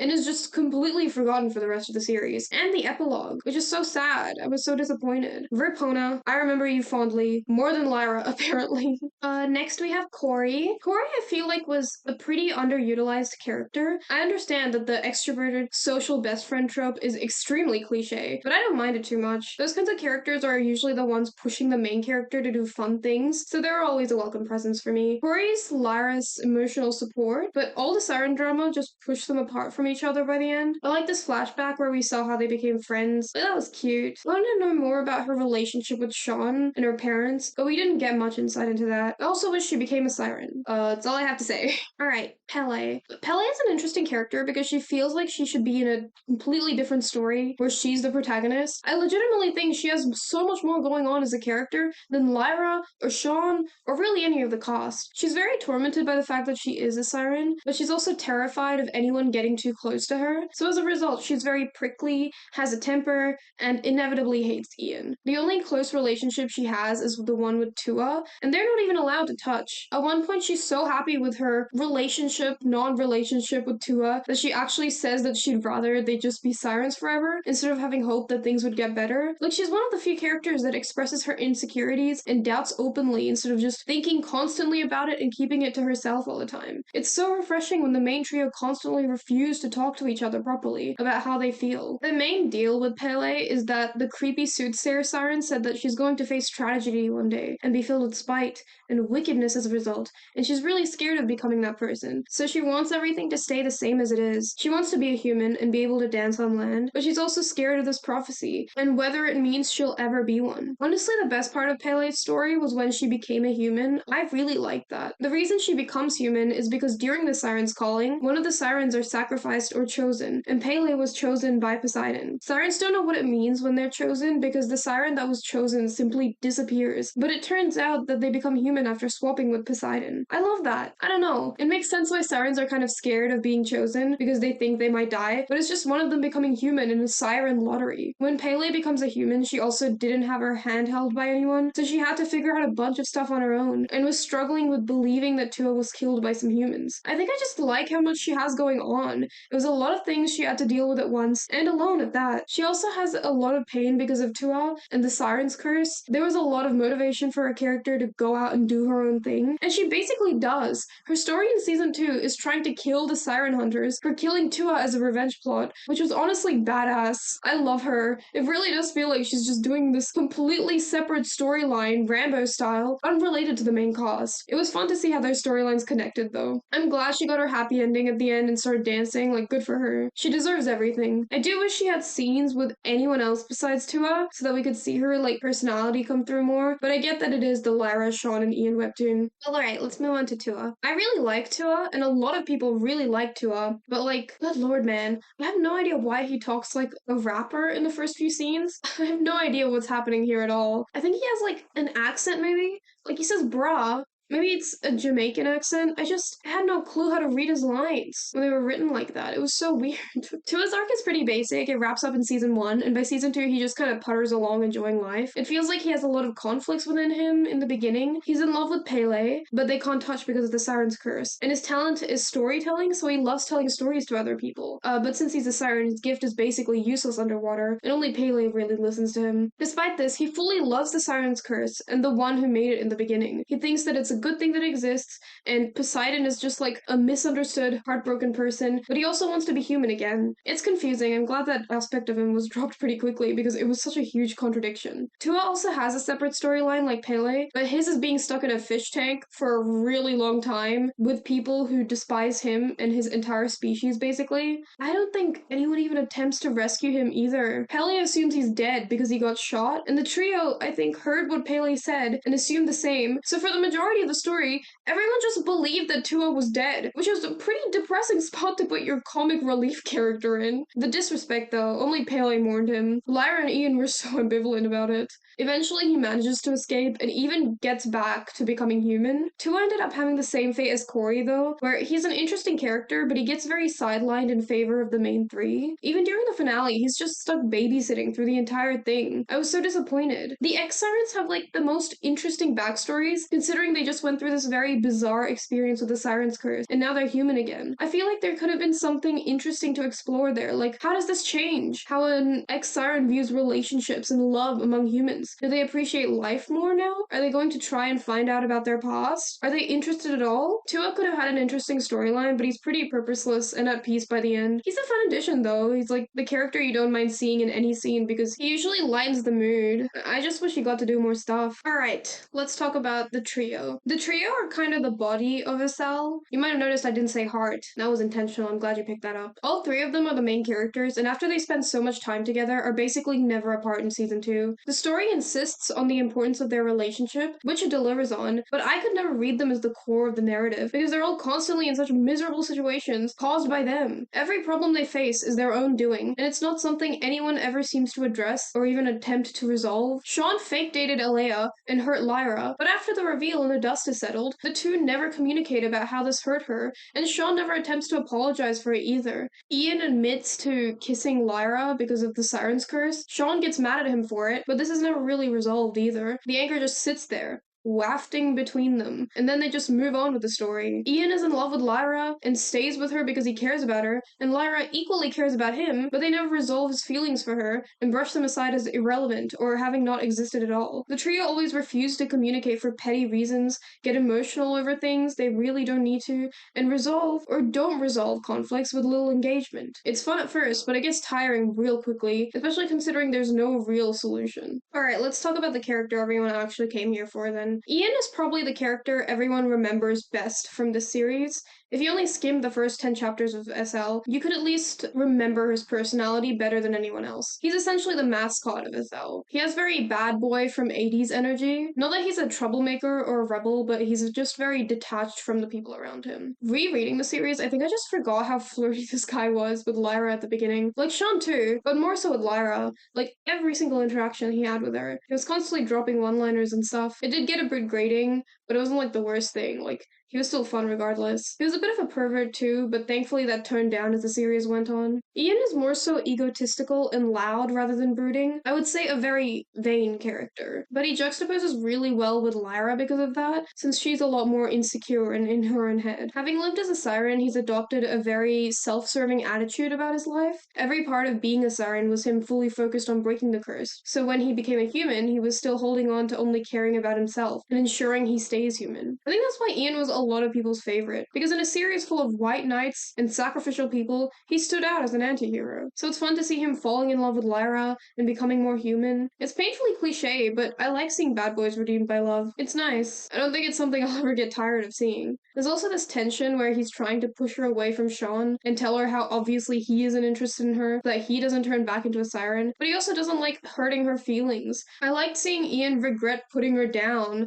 or towing the line only to backtrack immediately from guilt. Honestly, that conflict is wrapped up in a very boring way though. It turns out that it didn't matter they got together, like Ian's still fine, he doesn't become a Siren again or anything. By that point, he cares enough about Lyra that he wants her to break the curse, and he's not selfishly worried about turning into a Siren anymore. I just don't think it made much sense for Ian to stay in the story once Lyra wasn't at risk of turning into a Siren anymore. Like, I understood he did that because he was in love with her, but it just didn't work out for me. Especially when she confronted him about the fact he was only helping because he liked her, and Ian was like, I'm just showing you how compassionate I am. Which, like, yeah, sure, buddy, that's what you're doing.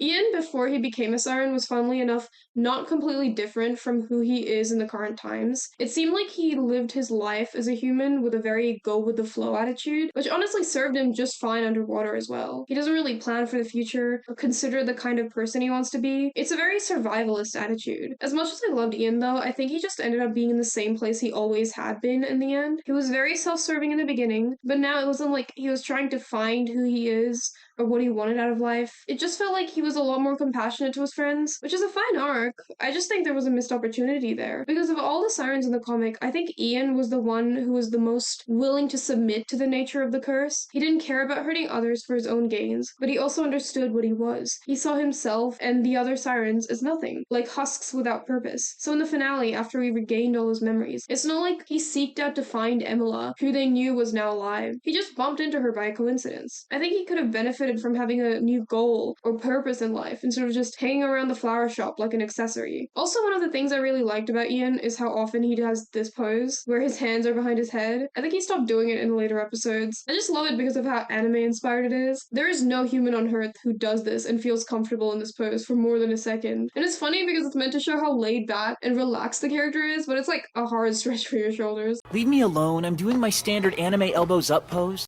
Alright, let's go to the boring guy now. I don't fully know how people feel about Shon, but he seems like a character that people either find lame or like, fine. He's a very good, sweet hot boy, just a very safe guy. He's the kind of guy you'd want to date because he has everything together. Shon's just pretty empty character-wise though. His character speaks a lot more through his actions than his words, as opposed to Ian because he's generally very polite and quiet, but when you see the things he actually does, he's just very annoying. At the beginning, there are numerous times where he's building up the courage to tell Lyra he loves her, but just ignores the fact that from her perspective, he's dating Alea, and that's why she would obviously reject him and is hesitant to be around him. He's fake dating Alea and then talking about how much he's in love with Lyra, and it's like, you created the situation. Like, why are you pitying yourself for a situation you put yourself in? He's an idiot, but the webtoon constantly justifies his behavior, even when he constantly toys with Lyra's emotions. Intentional or not, it's a pretty messy situation. I understand that some of the blame is on Lyra, because it's revealed at some point that she's the reason he started dating Alea in the first place, but even then, all she says is, go on a date with her because you're working so much, have some fun, and somehow he took that to mean, I'm not interested in you at all, which is fine, but at least put yourself on the table as an option for her, and give her a chance to consider you at least. Maybe she's just never thought about it. I think when I first read this webtoon, I thought Shon was a fine character. He was just nowhere near as fun as the other characters in the story. Rereading it, he's so frustrating. He's very insecure about his relationship with Lyra, even after they start dating, which makes sense because she refuses to kiss him because of the Sirens curse. But even after all that stuff about Sirens is revealed to him, he's still incredibly anxious about her and Ian, which is weird considering his anxiety should have decreased, now that there's a really good explanation as to why Ian's here now. Also, he did a pretty similar thing to her with Alea, which Lyra rightfully gets mad about. He becomes a pretty tiresome character pretty quickly, like a Disney prince who never learns. He just, becomes less insecure. It's quite satisfying when,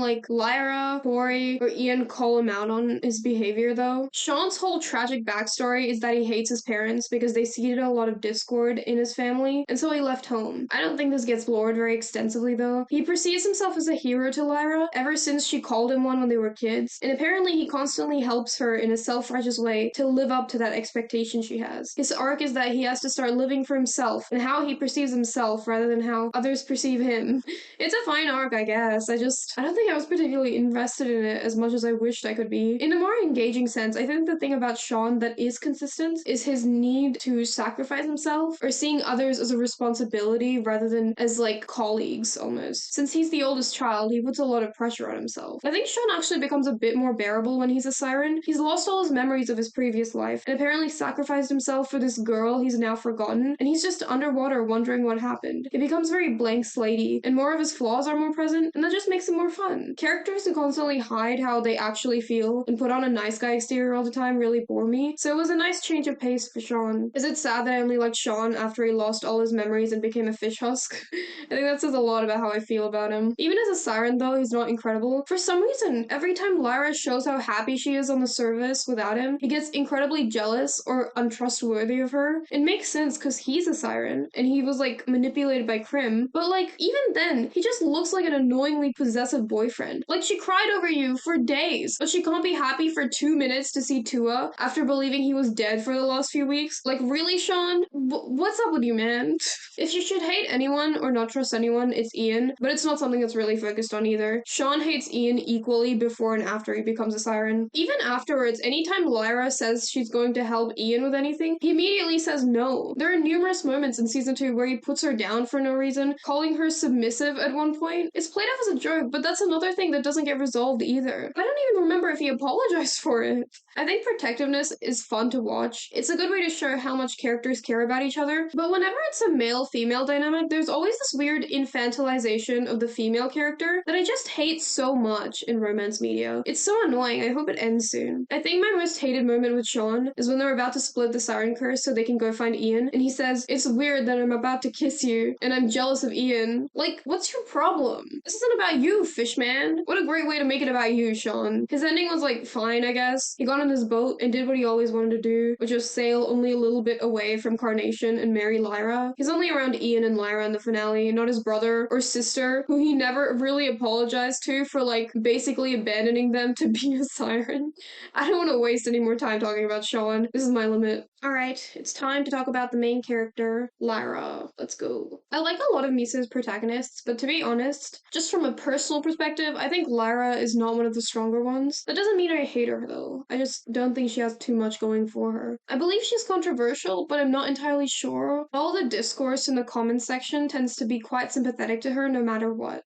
I understand why people wouldn't like Lyra though, because it's hard to see a character look at how beautiful she is, and we're meant to believe that she's ugly compared to her love rival. She's very riddled with insecurities, but in that nerdy girl only needs to take her glasses off and she's beautiful, Hollywood type way. I don't know if that sentence made any sense. She's a wallflower and tends to blend into the background, often voluntarily. I think the thing about Lyra is that she becomes very predictable very quickly. A lot of her arc is slogging through, waiting for her to finally say what she's thinking, instead of constantly keeping it to herself. She becomes a lot more assertive later, but the progression is so minimal you barely notice it. Lyra's not particularly special outside of the things that happen to her, yet somehow she's treated as the most important individual by the narrative and all the characters surrounding her. I guess I could say that about most like Slate protagonists though. There are a lot of times when she speaks up and it changes a character's entire perspective on life. Like it happens multiple times. The Sirens especially have their worlds rocked by her human perspective on life. Her whole story was about putting herself before love in the finale, but I feel like there were numerous times when she put herself before romantic love. Like, before that. I don't know. I don't think she's that reliant on romantic love. She's running a flower shop where she works with her crush, taking care of her grandmother, the plants, having a pretty decent social life. She loves Shon, and that's why she goes to great lengths to get his memories back and remove the curse. But, like, she would have done that for any other character she was close with. I don't think basically reviving a person should be considered as putting romantic love before yourself. And also, she does help others, like Ian, who she isn't in love with, and also goes to great lengths to save him. I think the constant things mentioned about Lyra is how she always wanted to be part of something bigger, since she was adopted and is a single child with an adoptive grandmother. She wanted to be special in some way to others. This works the best because she ends up being special to a lot of people. She grows closer to the people around her, including her ex-Siren friends and stuff. But this conflict is pretty much resolved in season 1, and Lyra just chills out for the rest of the series. Lyra also has a lot of secrets. She hides stuff from everyone around her in the first season, specifically about the curse and such, and it makes her closed off from the people around her more so than normal. There's this really sad moment towards the finale where after Corey learns about Sirens and finds Lyra's notebook, she's almost in tears about Lyra not telling her anything, but also her not listening to Lyra about anything. And it sucked because all the Siren stuff has pushed them apart for a little bit and it eroded the good faith between them. But they don't really have a conversation after this about that either. I think the reason why so many of Lyra's other relationships aren't resolved by the end of the series is because of the focus of SL is constantly on her, Ian, and Shon, and that's fine. Like, I enjoy their friendship, but it really diminishes all the relationships she has on the side as a result. It feels like she doesn't care about anyone besides the main two. She never really confides in how she's emotionally feeling to anyone besides Ian and Shon. And I understand it's because they don't know about Sirens, but after the revelation, she doesn't really talk to them at all. She talks to Arhona to make up for the argument before that, but afterwards we don't know if she ran to the hospital to check on her, if she was really dead or anything. I don't know, it was sad.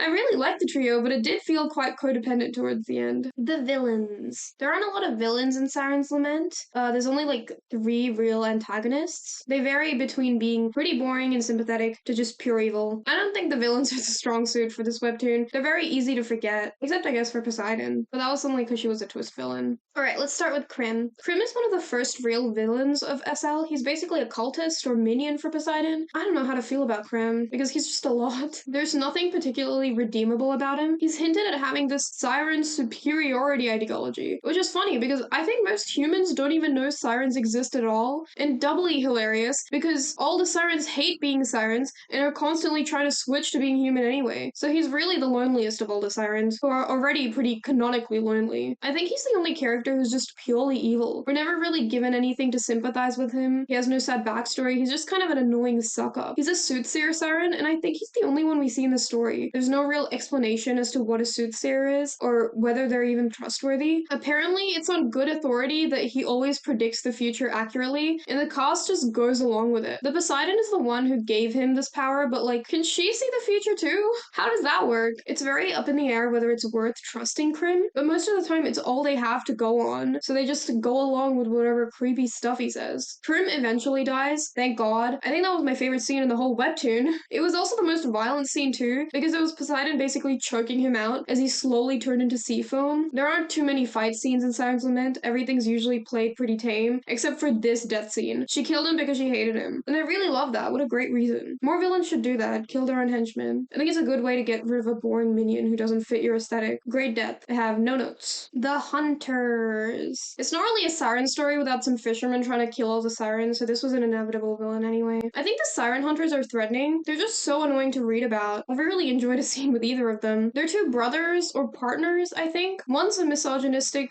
like, jerk. The other's a nerd guy. I forgot their names. I should have really documented them, but I hated them. Helix is the nerd guy. The other guy sucks. The other guy is, like, irredeemably evil, while Helix is supposed to be kind of for the sirens. He spends time with Siren Tua for most of the climax of season 1, and it's meant to soften him to them. He even defends killing him when the sirens calling was happening. I don't know. I think I still kind of felt nothing. Helix becomes a siren thanks to Tua because he wanted a fresh start and he wanted his partner to appreciate sirens more or something. And then when Helix becomes a siren, his partner just kills him. And it's like, wow, was that worth it, Helix? Was it? Like, really? It was probably the dumbest plan a character could have come up with in the SL universe. I think they're just a bit too cartoonishly evil for me. They're insane in the sense that they fully think all sirens should be exterminated, and they have some tragic backstory about it, but it's just a lot, again, like Krim. It's a bit cliche. I think they could have used some work. When personal trauma is the reason you want to kill an entire species, I don't know. I think that's stupid and uninteresting. I think I could buy it if he was like a really old fisherman who's lost a lot of friends to sirens and has never had the siren lore explained to them via this video. Also, they're kind of hard to take seriously because all they have is one fishing boat and a few weapons, and their goal is to exterminate all the sirens. I guess both the siren hunters and Lyra just have very lofty goals that they both couldn't possibly realistically accomplish. I would have loved it if Tua passed the curse on to the really evil guy though. That would have been a fun way to end that story. Because of all the characters who already hate the curse, he was obviously the last one who would ever want to be a siren. And as stupid as Helix was, at least he could have survived. I think the trio also considered turning him into a siren, but Lyra said that he should live with the guilt instead of just forgetting, which is just, I think it's the coldest she's ever been in the series, and honestly warranted. Like, I agree with that. He shouldn't have had the luxury of forgetting that he killed his own partner. There's also Evil Guy's brother, River, who became a siren, then human again, a long time ago. An ex-siren. I should just say ex-siren. River's the reason the main hunter wants to kill all sirens, because he lost him to Poseidon when he was young. I find River so annoying, though. He's like the old pervert character in a cast full of young people who's just never funny. It's like, why are you here? We don't like you, the reader doesn't like you, and you're taking up so much page time. The fact he was paired up with Pele for most of season 2 was just a crime against humanity. All he did was flirt with her, which I just don't know. Age-wise, that wasn't really working for me, even if it was a joke. I'm so glad he was basically a cameo in the finale and never got his memories back. Funnily enough, though, in an ironic twist, the goal of wanting to exterminate all the sirens becomes true in the end. So I guess the hunters really did get what they wanted in some weird, screwed up kind of way. Good for them. Alright, let's talk about the big Barbie girl in a Barbie world herself. I have no opinions on Alea. She works as a villain just fine. She's probably the strongest villain, but it's not really a hard competition to win. I think a lot of the things she does just don't make sense to me. Like, the reason she dated Shon was to continue living forever, but she did it for so long. I don't understand why she was keeping him around her. She needed to kiss a siren to continue her cycle, not a human, and he's clearly in love with someone else. I guess she just needed a backup after turning into a siren, but just pick someone else, you know? Like, his situation was already so complicated. It didn't matter because her plan worked out in the end anyway. She was just kind of there. I don't know. She was a hot villain, I guess. I just wish she went to see her sister one last time at the hospital. I'm surprised both of them had lived in the same town for that long, and she'd never come across her sister even once. Yeah, she exists, I guess. Let's move on. Alright, now we're getting into the more fun stuff. This is my wish list. These are things I wish we got to see in SL. Obviously, they never materialized, but just these are little things I wanted. Obviously, I'm not saying this webtoon would be, like, better if it had these things. To be honest, most of my suggestions are completely dumb. Pretty much just wish fulfillment. Except this first one. Number 1. We never find out how Ian became a Siren, which is insane. I think I only realized when I was reading through the finale, like, we never found out how he became a Siren, and all the flashbacks we saw were about his relationship with Imola. I think same with Imola herself, we have no clue how she became a Siren either. I guess it's like irrelevant to the main story, but it makes sense, canon-wise at least. We could have gone to a scene where Ian was heartbroken over Imola, standing by the lighthouse, when he's suddenly consumed by Siren Song and falls overboard the same way Lyra does. It would have been a cool connection between the two. We don't need to see the Siren themselves, but like, it's something, it's an explanation, because the choice of either dying or becoming a Siren is so interesting. I like thinking about why the Sirens chose to become Sirens. What about their past had them decide to transform and lose their memories? But the nature or drama of this choice is never really interrogated by the characters or the narrative. It's just like a thing that happens. Also, you have to be quite the ruthless, just garbage person to turn a pregnant woman into a Siren and not care about the consequences. Like, good lord. I guess both of them were by the beach a lot, so it was inevitable. But I don't know. I would have liked to know more about that. They were clearly in love with each other. I don't understand why they'd kiss some fish right afterwards. I guess besides being lured into the sea by Siren Song. Number 2. I also wanted to know how Pele and Tua became Sirens. I wish they found out what happened. Like, everyone else got to see their backstory except them. I felt bad for them. Number 3. Another thing I wish happened was that Sirens still existed. After the end of the webtoon, all the Sirens have just become people now, never to be Sirens again, and I think that's sad. I feel like surely Poseidon could have come up with a way to let Sirens who wanted to be Sirens say Sirens and turn into human when they wanted, like the Half and Half with the curse split with humans. I know the Siren curse sucks, but I wish people could return to the ocean if they wanted to, like, build a Siren civilization, or like, you know, do something about climate change down there. I think I just wanted to see a Siren civilization. They could have maybe like a monarchy down there, or even a democracy. Would have been cool. Number 4, another thing I wish were, I wanted fish monsters. I wanted a kraken, or like a giant squid that the characters could have traveled on, or an anglerfish that lit the way underwater. There should have been some underwater weapons they could have fashioned, you know? Like coral knives and stone spears. There could have been warrior sirens as well as soothsayer sirens. I would have liked different classes of sirens, like murderer sirens or cleric sirens, and now I'm just ripping off D&D. Number 5, also pirates. I wanted pirates. I want pirate sirens. Oh my god, that would have been amazing. Just one-eyed sirens with patches on for some reason. Prim doesn't count in my opinion because both of his eyes are hidden. I know it's the modern era and pirates don't exist, but there should have been some like middle-aged sirens with patches and scars, with no memory of all the pirate adventures they went on. Honestly, I think I just wanted more sirens of different ages. It's such a cool concept, but everyone looks about the same age. Number 6. I also think Tua and Pele should have realized that they were sorcerers or something. There's a lot of explanation for why sirens are the way they are, but nothing for sorcerers. There's this one throwaway line in a flashback where Alea tells her boyfriend that there are very few sorcerers in the world, and that's the extent to which we know. I think if either of them found out they had magic powers, they could work with the other to have something against the big bad. Or if Pele and Lyra's grandmother found out she also had powers, that would have been cool. It's just the finale is these 3 weak-ass sirens up against a literal god who has lived for centuries. Like, obviously the heroes would win regardless, but I think it would have been more believable if they had magic on their side. Also, this way the side characters could be involved in the final battle, especially the sirens who hate the siren curse. In the end, it just became the Lyra, Ian, and Shon show, like always. And number 7, I also wish polyamory happened. They should have been a polyamorous couple in the end. Or triad, sorry. I know I already put this in the shipping section, I just wish it happened. Alright, let's get into some side content. So every now and then, while you're reading Siren's Lament, you get a nice little break from the story with Siren shorts. It's kind of like Ruby Chibi,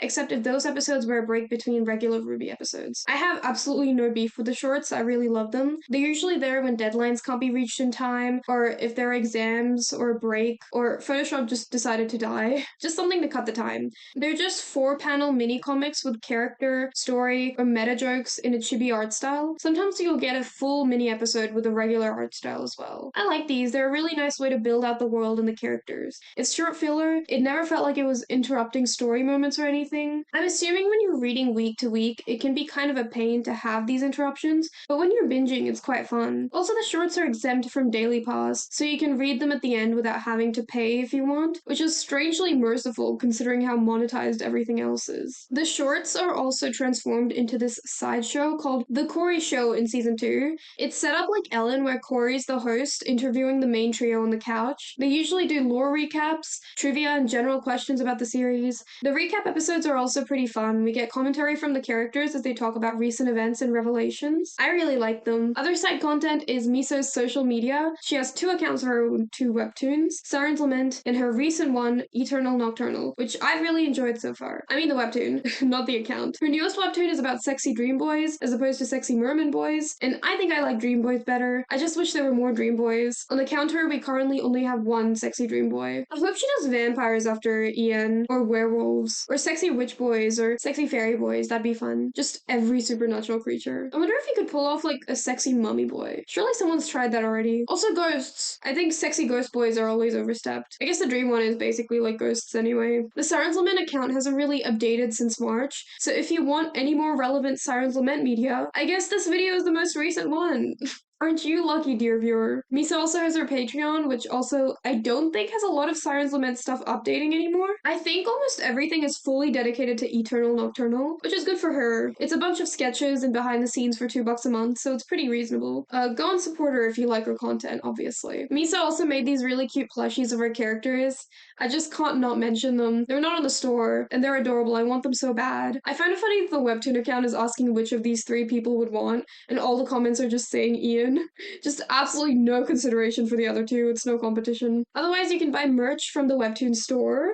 There are these $3 stickers, which are cute. It has the weirdly shaped dress, so I won't buy it, but it's easy to put on a notebook or a laptop. The phone grip's nice, but it looks a little tacky. I think I just personally don't like branded merch. I just like seeing the characters without their names or the title of the show on it. The takoyaki shirt is so cute. It has Ian on it. Just considering takoyaki is fish, I don't know how Ian feels about that. It's like being wrapped in a ball of human meat, but I guess it fits the underwater theme. I think the black shirts with the 3 different hearts are the best ones. Having the title of the webtoon on them works in this instant, because like you might be familiar with the hearts and not know what it's from, and then bam, you look at the title, you know what it is now. The pin of Lyra was sold out, and as cute as it was, I couldn't even tell it was her. They should have had her in the jean jacket and the white dress. It's the best way to recognize her. Also, this Tua and Pele shirt is adorable. There was like a surprising lack of Shon pins, or merch in general. I think I overestimated his popularity because I didn't like him while reading the webtoon, so I assumed that my hatred for him was more than people's likely ambivalence towards him. There's no merch of just Shon by himself. It's so weird. There's a lot of Ian, which makes sense. He's very expressive. He's basically the mascot for the whole comic. I like this pin badge where he's on his phone. It's my favorite one. You can't see his face, but you can immediately recognize him. I would get it if I wasn't living down under and the shipping costs and jerk out my bank account. Honestly, I just ended up going into a rabbit hole for other webtoon merch. I know I was meant to do a merch review for Sirens Lament, but I got distracted real quick. Could someone please buy me this hooky tote bag? I really want it. I have the books, I just need somewhere to put them.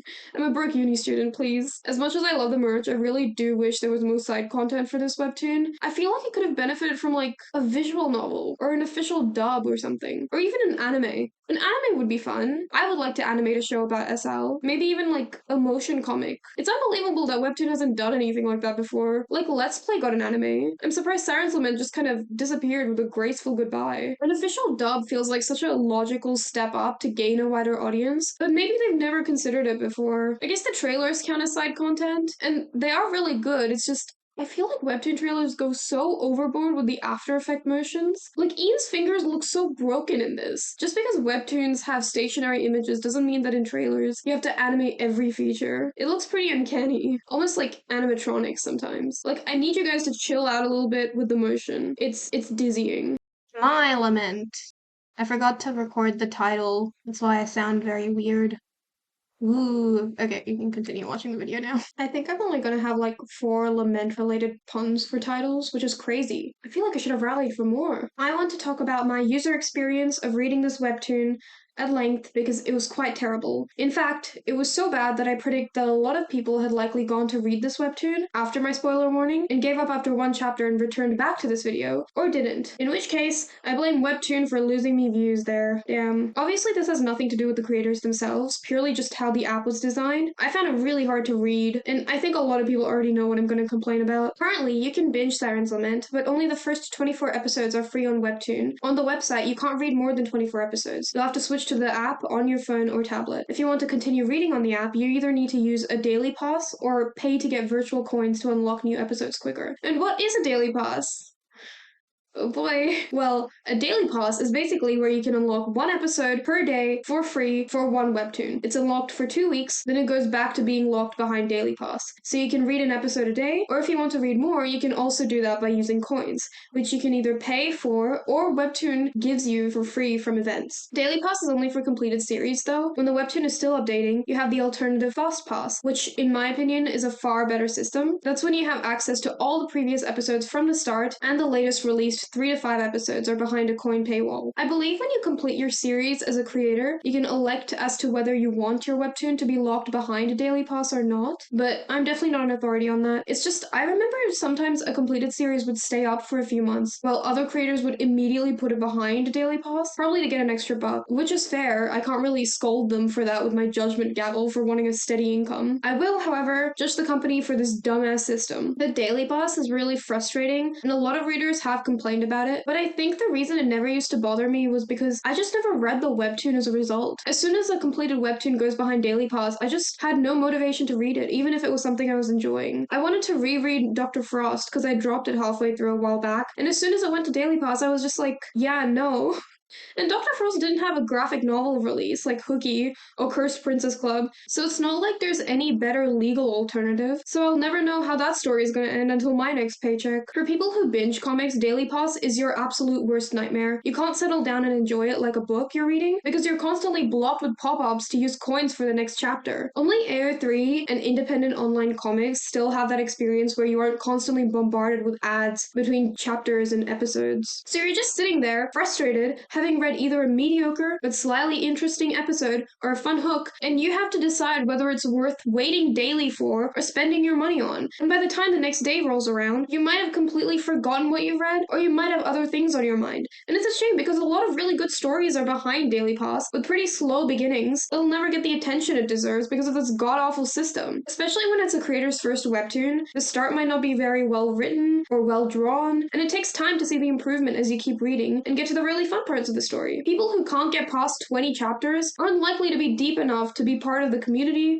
or buy the merch, so I feel like there's a lot of money you're missing out on as a result. The pop-ups are also unbearable when you're reading Daily Pass. You can't unlock everything all at once, so when you finish an episode or click for the next one, you get this laggy pop-up asking you if you want to watch an ad or spend coins. It ruins the flow of the story so easily, it's so annoying. Even if you have the coins to unlock everything, you have to go through it episode by episode. It's like finishing a chapter of a book and not being allowed to turn the page because a pop-up shows up asking if you want to pay $10 to keep reading. And especially if you just read a mediocre episode, this pop-up might be the last straw to just put the whole webtoon down, even if something you really like is coming later in the story. I think the best way to fix this is to get rid of the daily pass system, or have like a bundle deal with coins or with real money. Unlock a full webtoon for some price and add discounts for Christmas or themed events. If you really want to keep it the same price as it is currently for every episode, just add it all up and make it a lump sum to pay. That way you're reading week to week and you can catch up. And if once it's completed you want to reread it all in your own leisure, you can unlock and be able to download the whole thing, like an actual full graphic novel or book. I think that's the best way to be able to read it without obnoxious interferences from Webtoon asking you to give them money. There are people who prefer reading completed works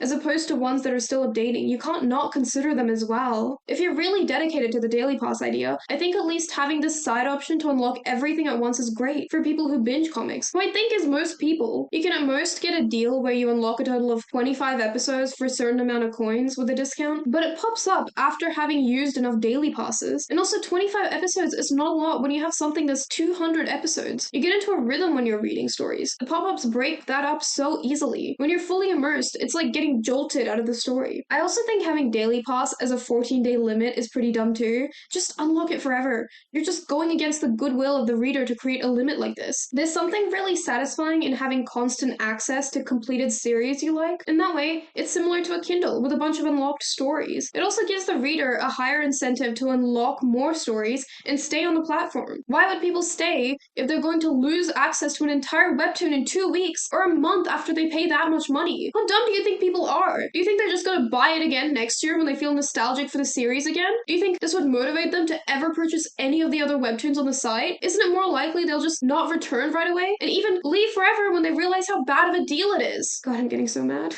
I need to chill out a little. I need some water. Just add up the amount of coins for every chapter, or have like an unlock all option. It's legitimately insane that they never considered this. Just have it as the price of, say, a full graphic novel per season, maybe 15 to 20 bucks or something, and give 80% of that revenue to the creators, obviously, and take 20% to do whatever you want. More advertising, investing in other creators, or something. Or like in competitions, or like in doing something with Webtoon Canvas. Just literally anything. I have friends who haven't read Siren's Lament, but were curious on what it was about because it was a popular phenomenon that they missed out on, and now they're probably never going to read it because they're locked behind this stupid system that benefits absolutely no one. It doesn't benefit the creator who's missing out on new people reading their webtoon after its completion, and it's not benefiting the reader. Could have gotten something out of the story and even supported the creator. As of now, the easiest way to read a lot of Daily Pass locked stories is on other manga websites with garbage quality, ads on the side, and no sound. When it's easier to read the comic on another website, you might want to consider how good the UI is for yours. I bet that Webtoon will watch this video, and all they're gonna do is shut down these manga websites instead of actually doing anything about their own UI. Good god, I hate the streaming climate. I think Daily Pass works for only a very small minority, with a lot of free time on their hands. But even those people, I can imagine, would get very detached from a story, like really quickly, having to wait a day to read the next chapter when it's already there on the app. Most of the time, people are reading webtoons on their way to work or at a bus stop, standing in lines, waiting for something or someone. Just having access to an entire webtoon at your own leisure without interruptions is great. It's a great feeling. This is coming from someone who pays Webtoon too. I spend money on coins if I'm curious where the story is going. I think I fast-passed every latest update for Eternal, Nocturnal, and Marionetta, for example. Like, I find it a reasonable expense to fast-pass. Webtoon is legit still the only app I've spent money on for the last few years because I care about the content on it and the creators whose work I've grown up with and want to support. To be fair, I do have a similar problem with FastPass where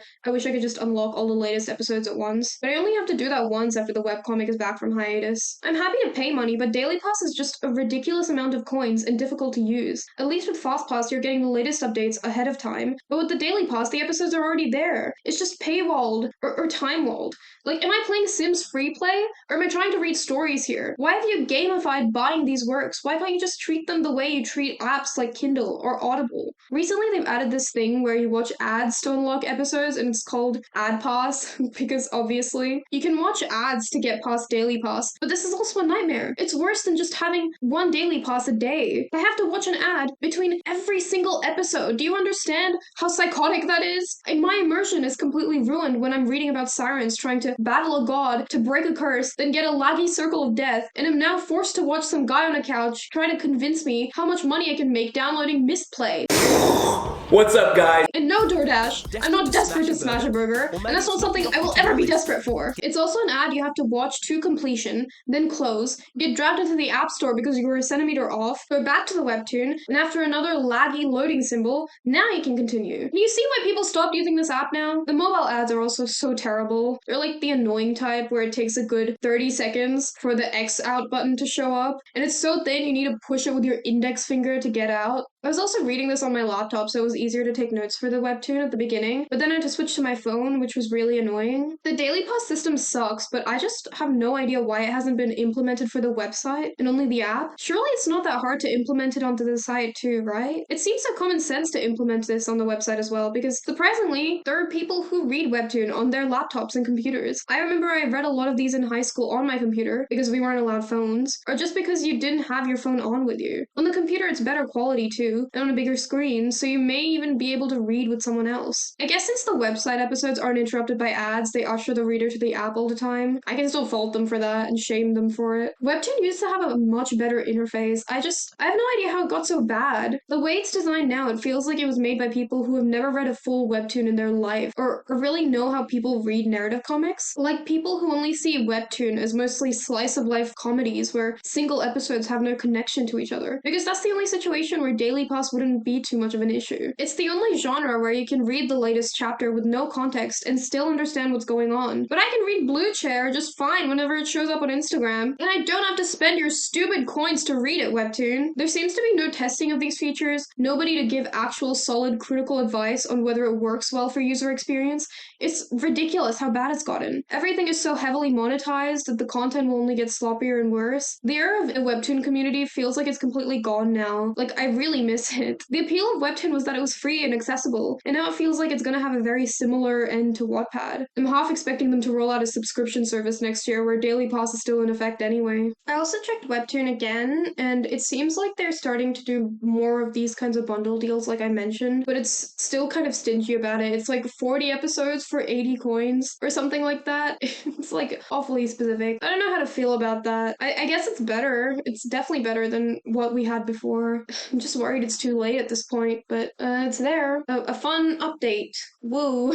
Alright, let's get back to something more fun. The fan community. I think compared to other fandoms I've seen, the Sirens Lament fandom is quite small, but I think it was because it was on Webtoon, which is already not as big as, say, like a Netflix TV show. All the fans of Sirens Lament are in the younger demographic of teenage girls, and teenage girls can be quite the force of nature when they love something dearly, and that's exactly what happened here. Everyone in the fandom was quite sweet and really loved the story. The comments were always very supportive of any necessary breaks that Miso had to take or hiatuses. I don't know if this is just a thing with her fans, but sometimes people would complain about her episodes not being long enough, which I just find ridiculous. She's releasing these episodes week to week, and even if she's ahead by, say, 20 to 30 chapters, it's still important to edge out details she might have missed or unfinished visuals. I think most of Miso's stories are slow paced anyway, so I never understood this criticism. This still counts as fan community, but it's slightly tangential since I don't think the person who wrote this article is a fan. I found it while I was doing research for this video, and it just sounds so insanely AI generated. It got so many details wrong about the story, I just can't get over it. It's only like a 2-minute read, but let me just read you an excerpt.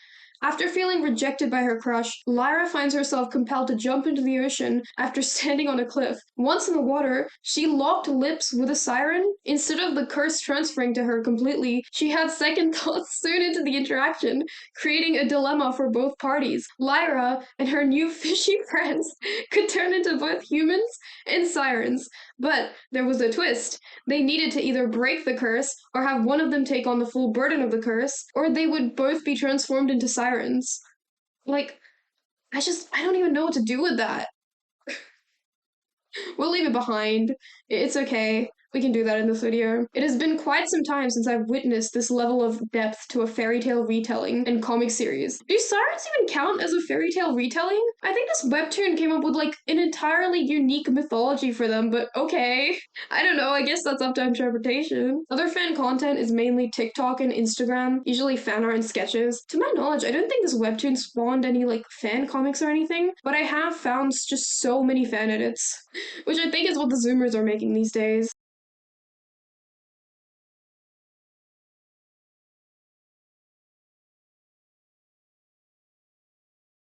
I know I'm a zoomer, okay, shut up. I think they're like modern AMVs, but a lot glossier, and just with so many gradient overlays and zooms. There's also this reference to Siren's Lament in Unordinary as well. There's an episode where Blake, Remy, and Eason, is it Eason? Eason? Whatever. Go to see a romance, and it's like obviously a parody of Siren's Lament. I really like that one. I remember there was also a poster, but I couldn't find it. I think this counts as fan content. I think your friend who writes another webtoon on the same platform sneaks references to yours, counts as a fan. There are also currently 7 fanworks on AO3 for Siren's Lament. There's 2 with Emila and Ian, which is so funny because I feel like they only took about like 5% of the page time of the whole webtoon. Both of them are, I think, the same fanfic called The Treasure, which is just in English and Russian. I've read the English translation, and I don't think it translated very well, to be honest. For some reason, it kept referring to Emila as Amy, and I don't know why. I think it's just a translation mistake. It's really weird. But to be honest, I didn't hate this one. It's quite nice. It's pretty fun. Very introspective, I'd say. It does a lot with the characters of Emila and Ian. So if you want to read it, feel free. It's not bad, and it's made by Chur-Elo or Q-Elo. There's one called All I Need Darling is a Life in Your Shape, which is also post the series, and it's where Lyra, Ian, and Shon become a poly couple and are dealing with the trauma of the Sirens curse. This was like pretty well written. I enjoyed myself. It was just a bit short, only 6k words. It only has 2 parts and is unfinished. It's one of those fics where it's just very beautifully written and like way over the top. There's one thing I couldn't get over though. Let me just read it to you.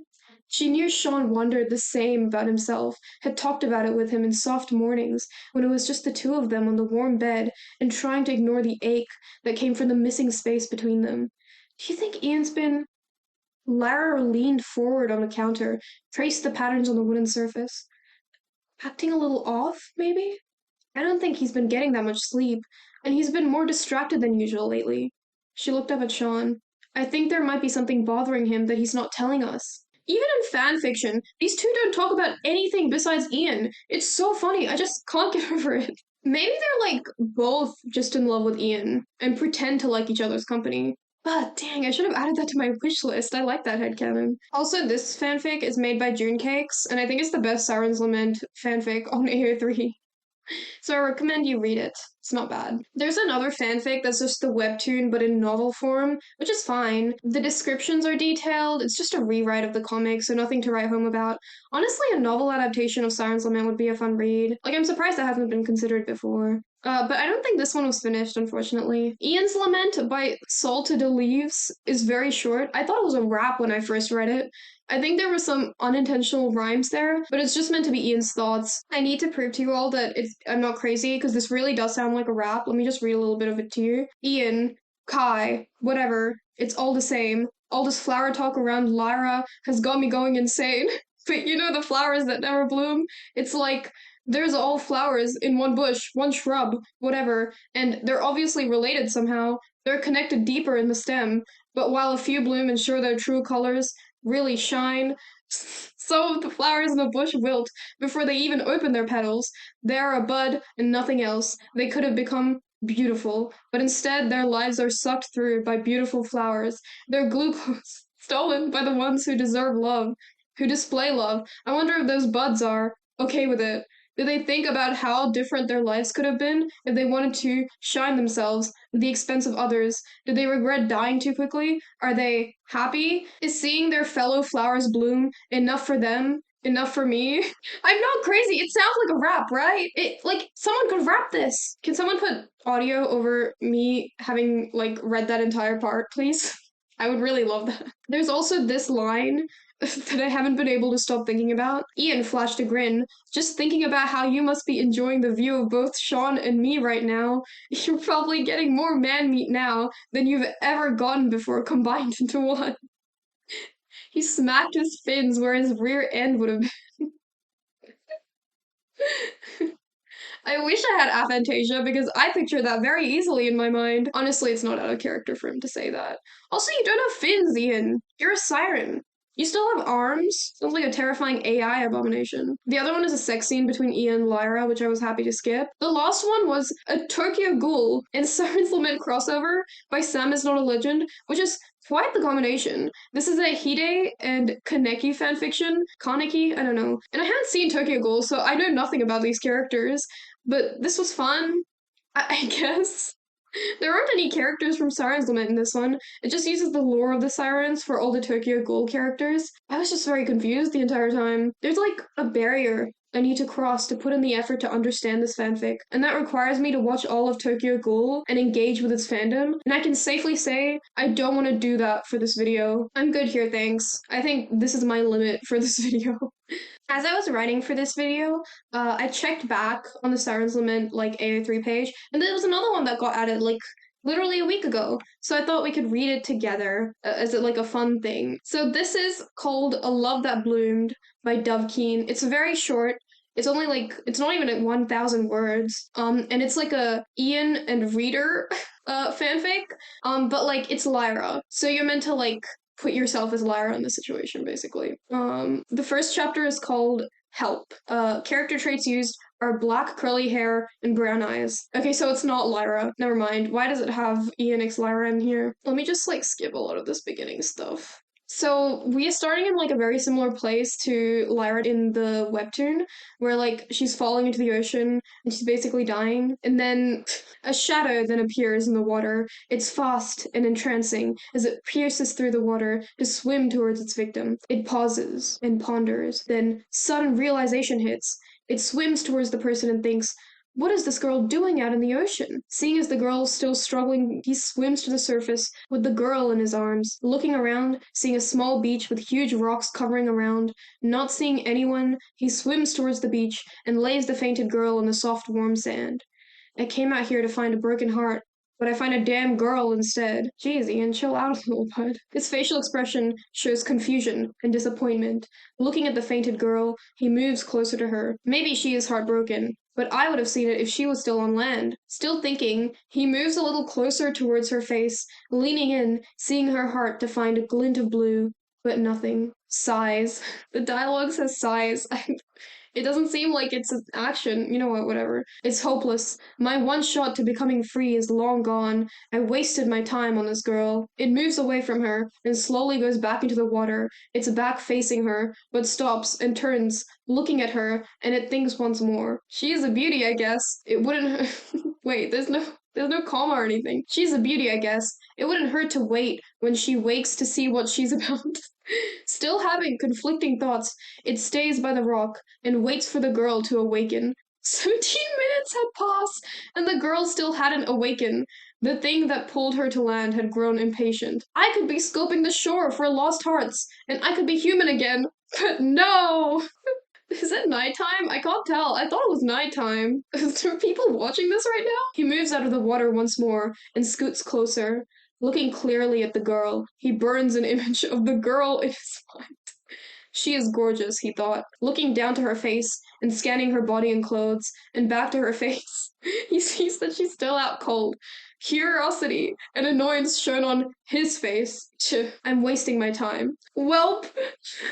Die. Well, looks like we are parting ways, Sleeping Beauty. It was nice knowing you. With that, he goes back to the water and disappears in the deep blue ocean. Well, that was an experience. To have better experiences, please read in dark mode. I don't know if dark mode's gonna, like... Actually, it might make this a bit cooler, never mind. But dark mode would make anything cooler anyway. To be honest, though, I kind of love this. I hope they keep going. I really like it so far.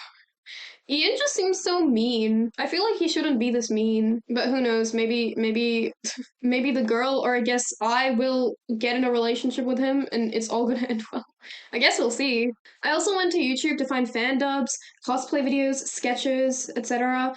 I'll be honest, I don't know why, but I just never got into fan dubs of comics ever, as well as AMVs. I think it was just something I found too cringy, and not for me. Even during middle school, when I was at my cringiest. I just hate hearing fan dubs. I always listen to fan dubs of comics on mute. I can't explain why. I listen to audiobooks all the time, so I don't know why I can't do fan dubs.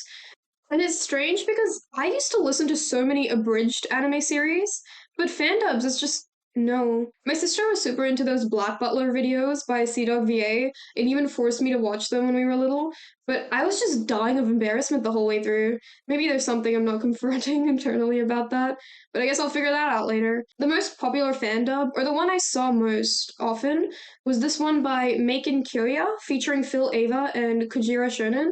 I didn't listen long, as I mentioned before, but it's edited well, it's fun. For some reason, a lot of the videos are hidden, which was unfortunate.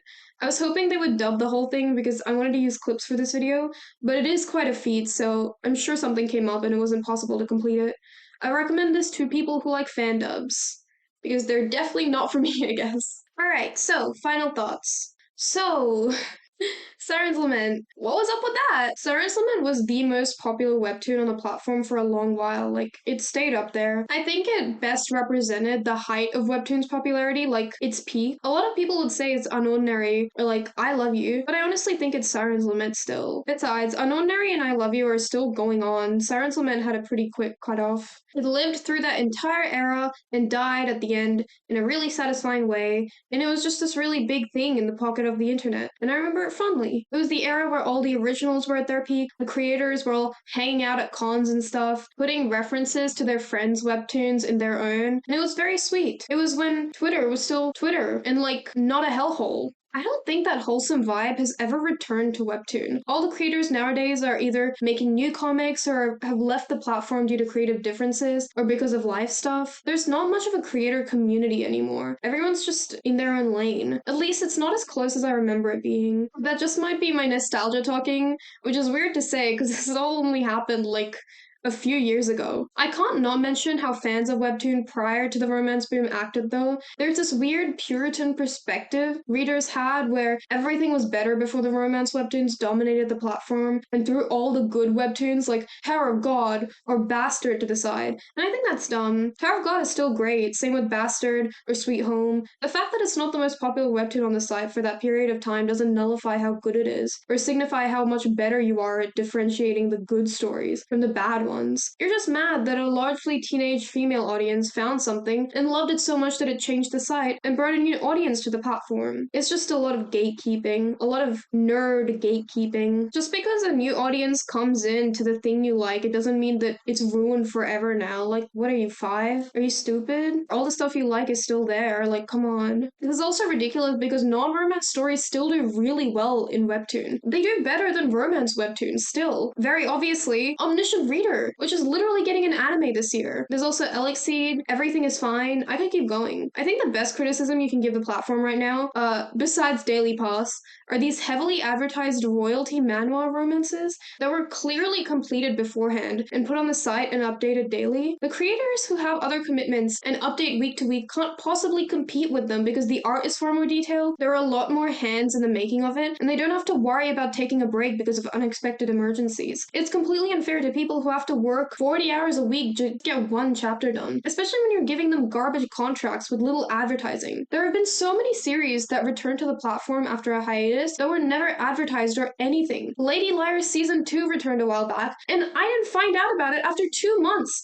even though I was already subscribed to it. It's like Webtoon was begging me to forget about it. And then the same thing happened with Marionetta, which is crazy. I had to read an Instagram announcement from the author to even find out it came back. I could make a completely different video about that though, so let's just not get into that. I think too often people dismiss media like SL as not being deep or dark enough, attributing its popularity to people not being in the romance genre or like not being well versed in understanding its tropes. And to be honest, I can understand that to some extent. I also wish it went a bit darker. I feel like it could have gotten a lot more interesting dynamics, a lot more interesting like exploration into ideas about specifically the Siren curse and how traumatic that might be. But like, I don't know, I quite liked that it was also lighthearted, and I was happy to appreciate it for what it was. Too often, there's this implication that there's better media out there, and you're wasting your time reading this comic, but I think that's quite reductive and a way to minimize its impact. Clearly there was something here, otherwise it wouldn't have affected so many people. There was passion involved, characters people resonated with, concepts that allowed people to have catharsis,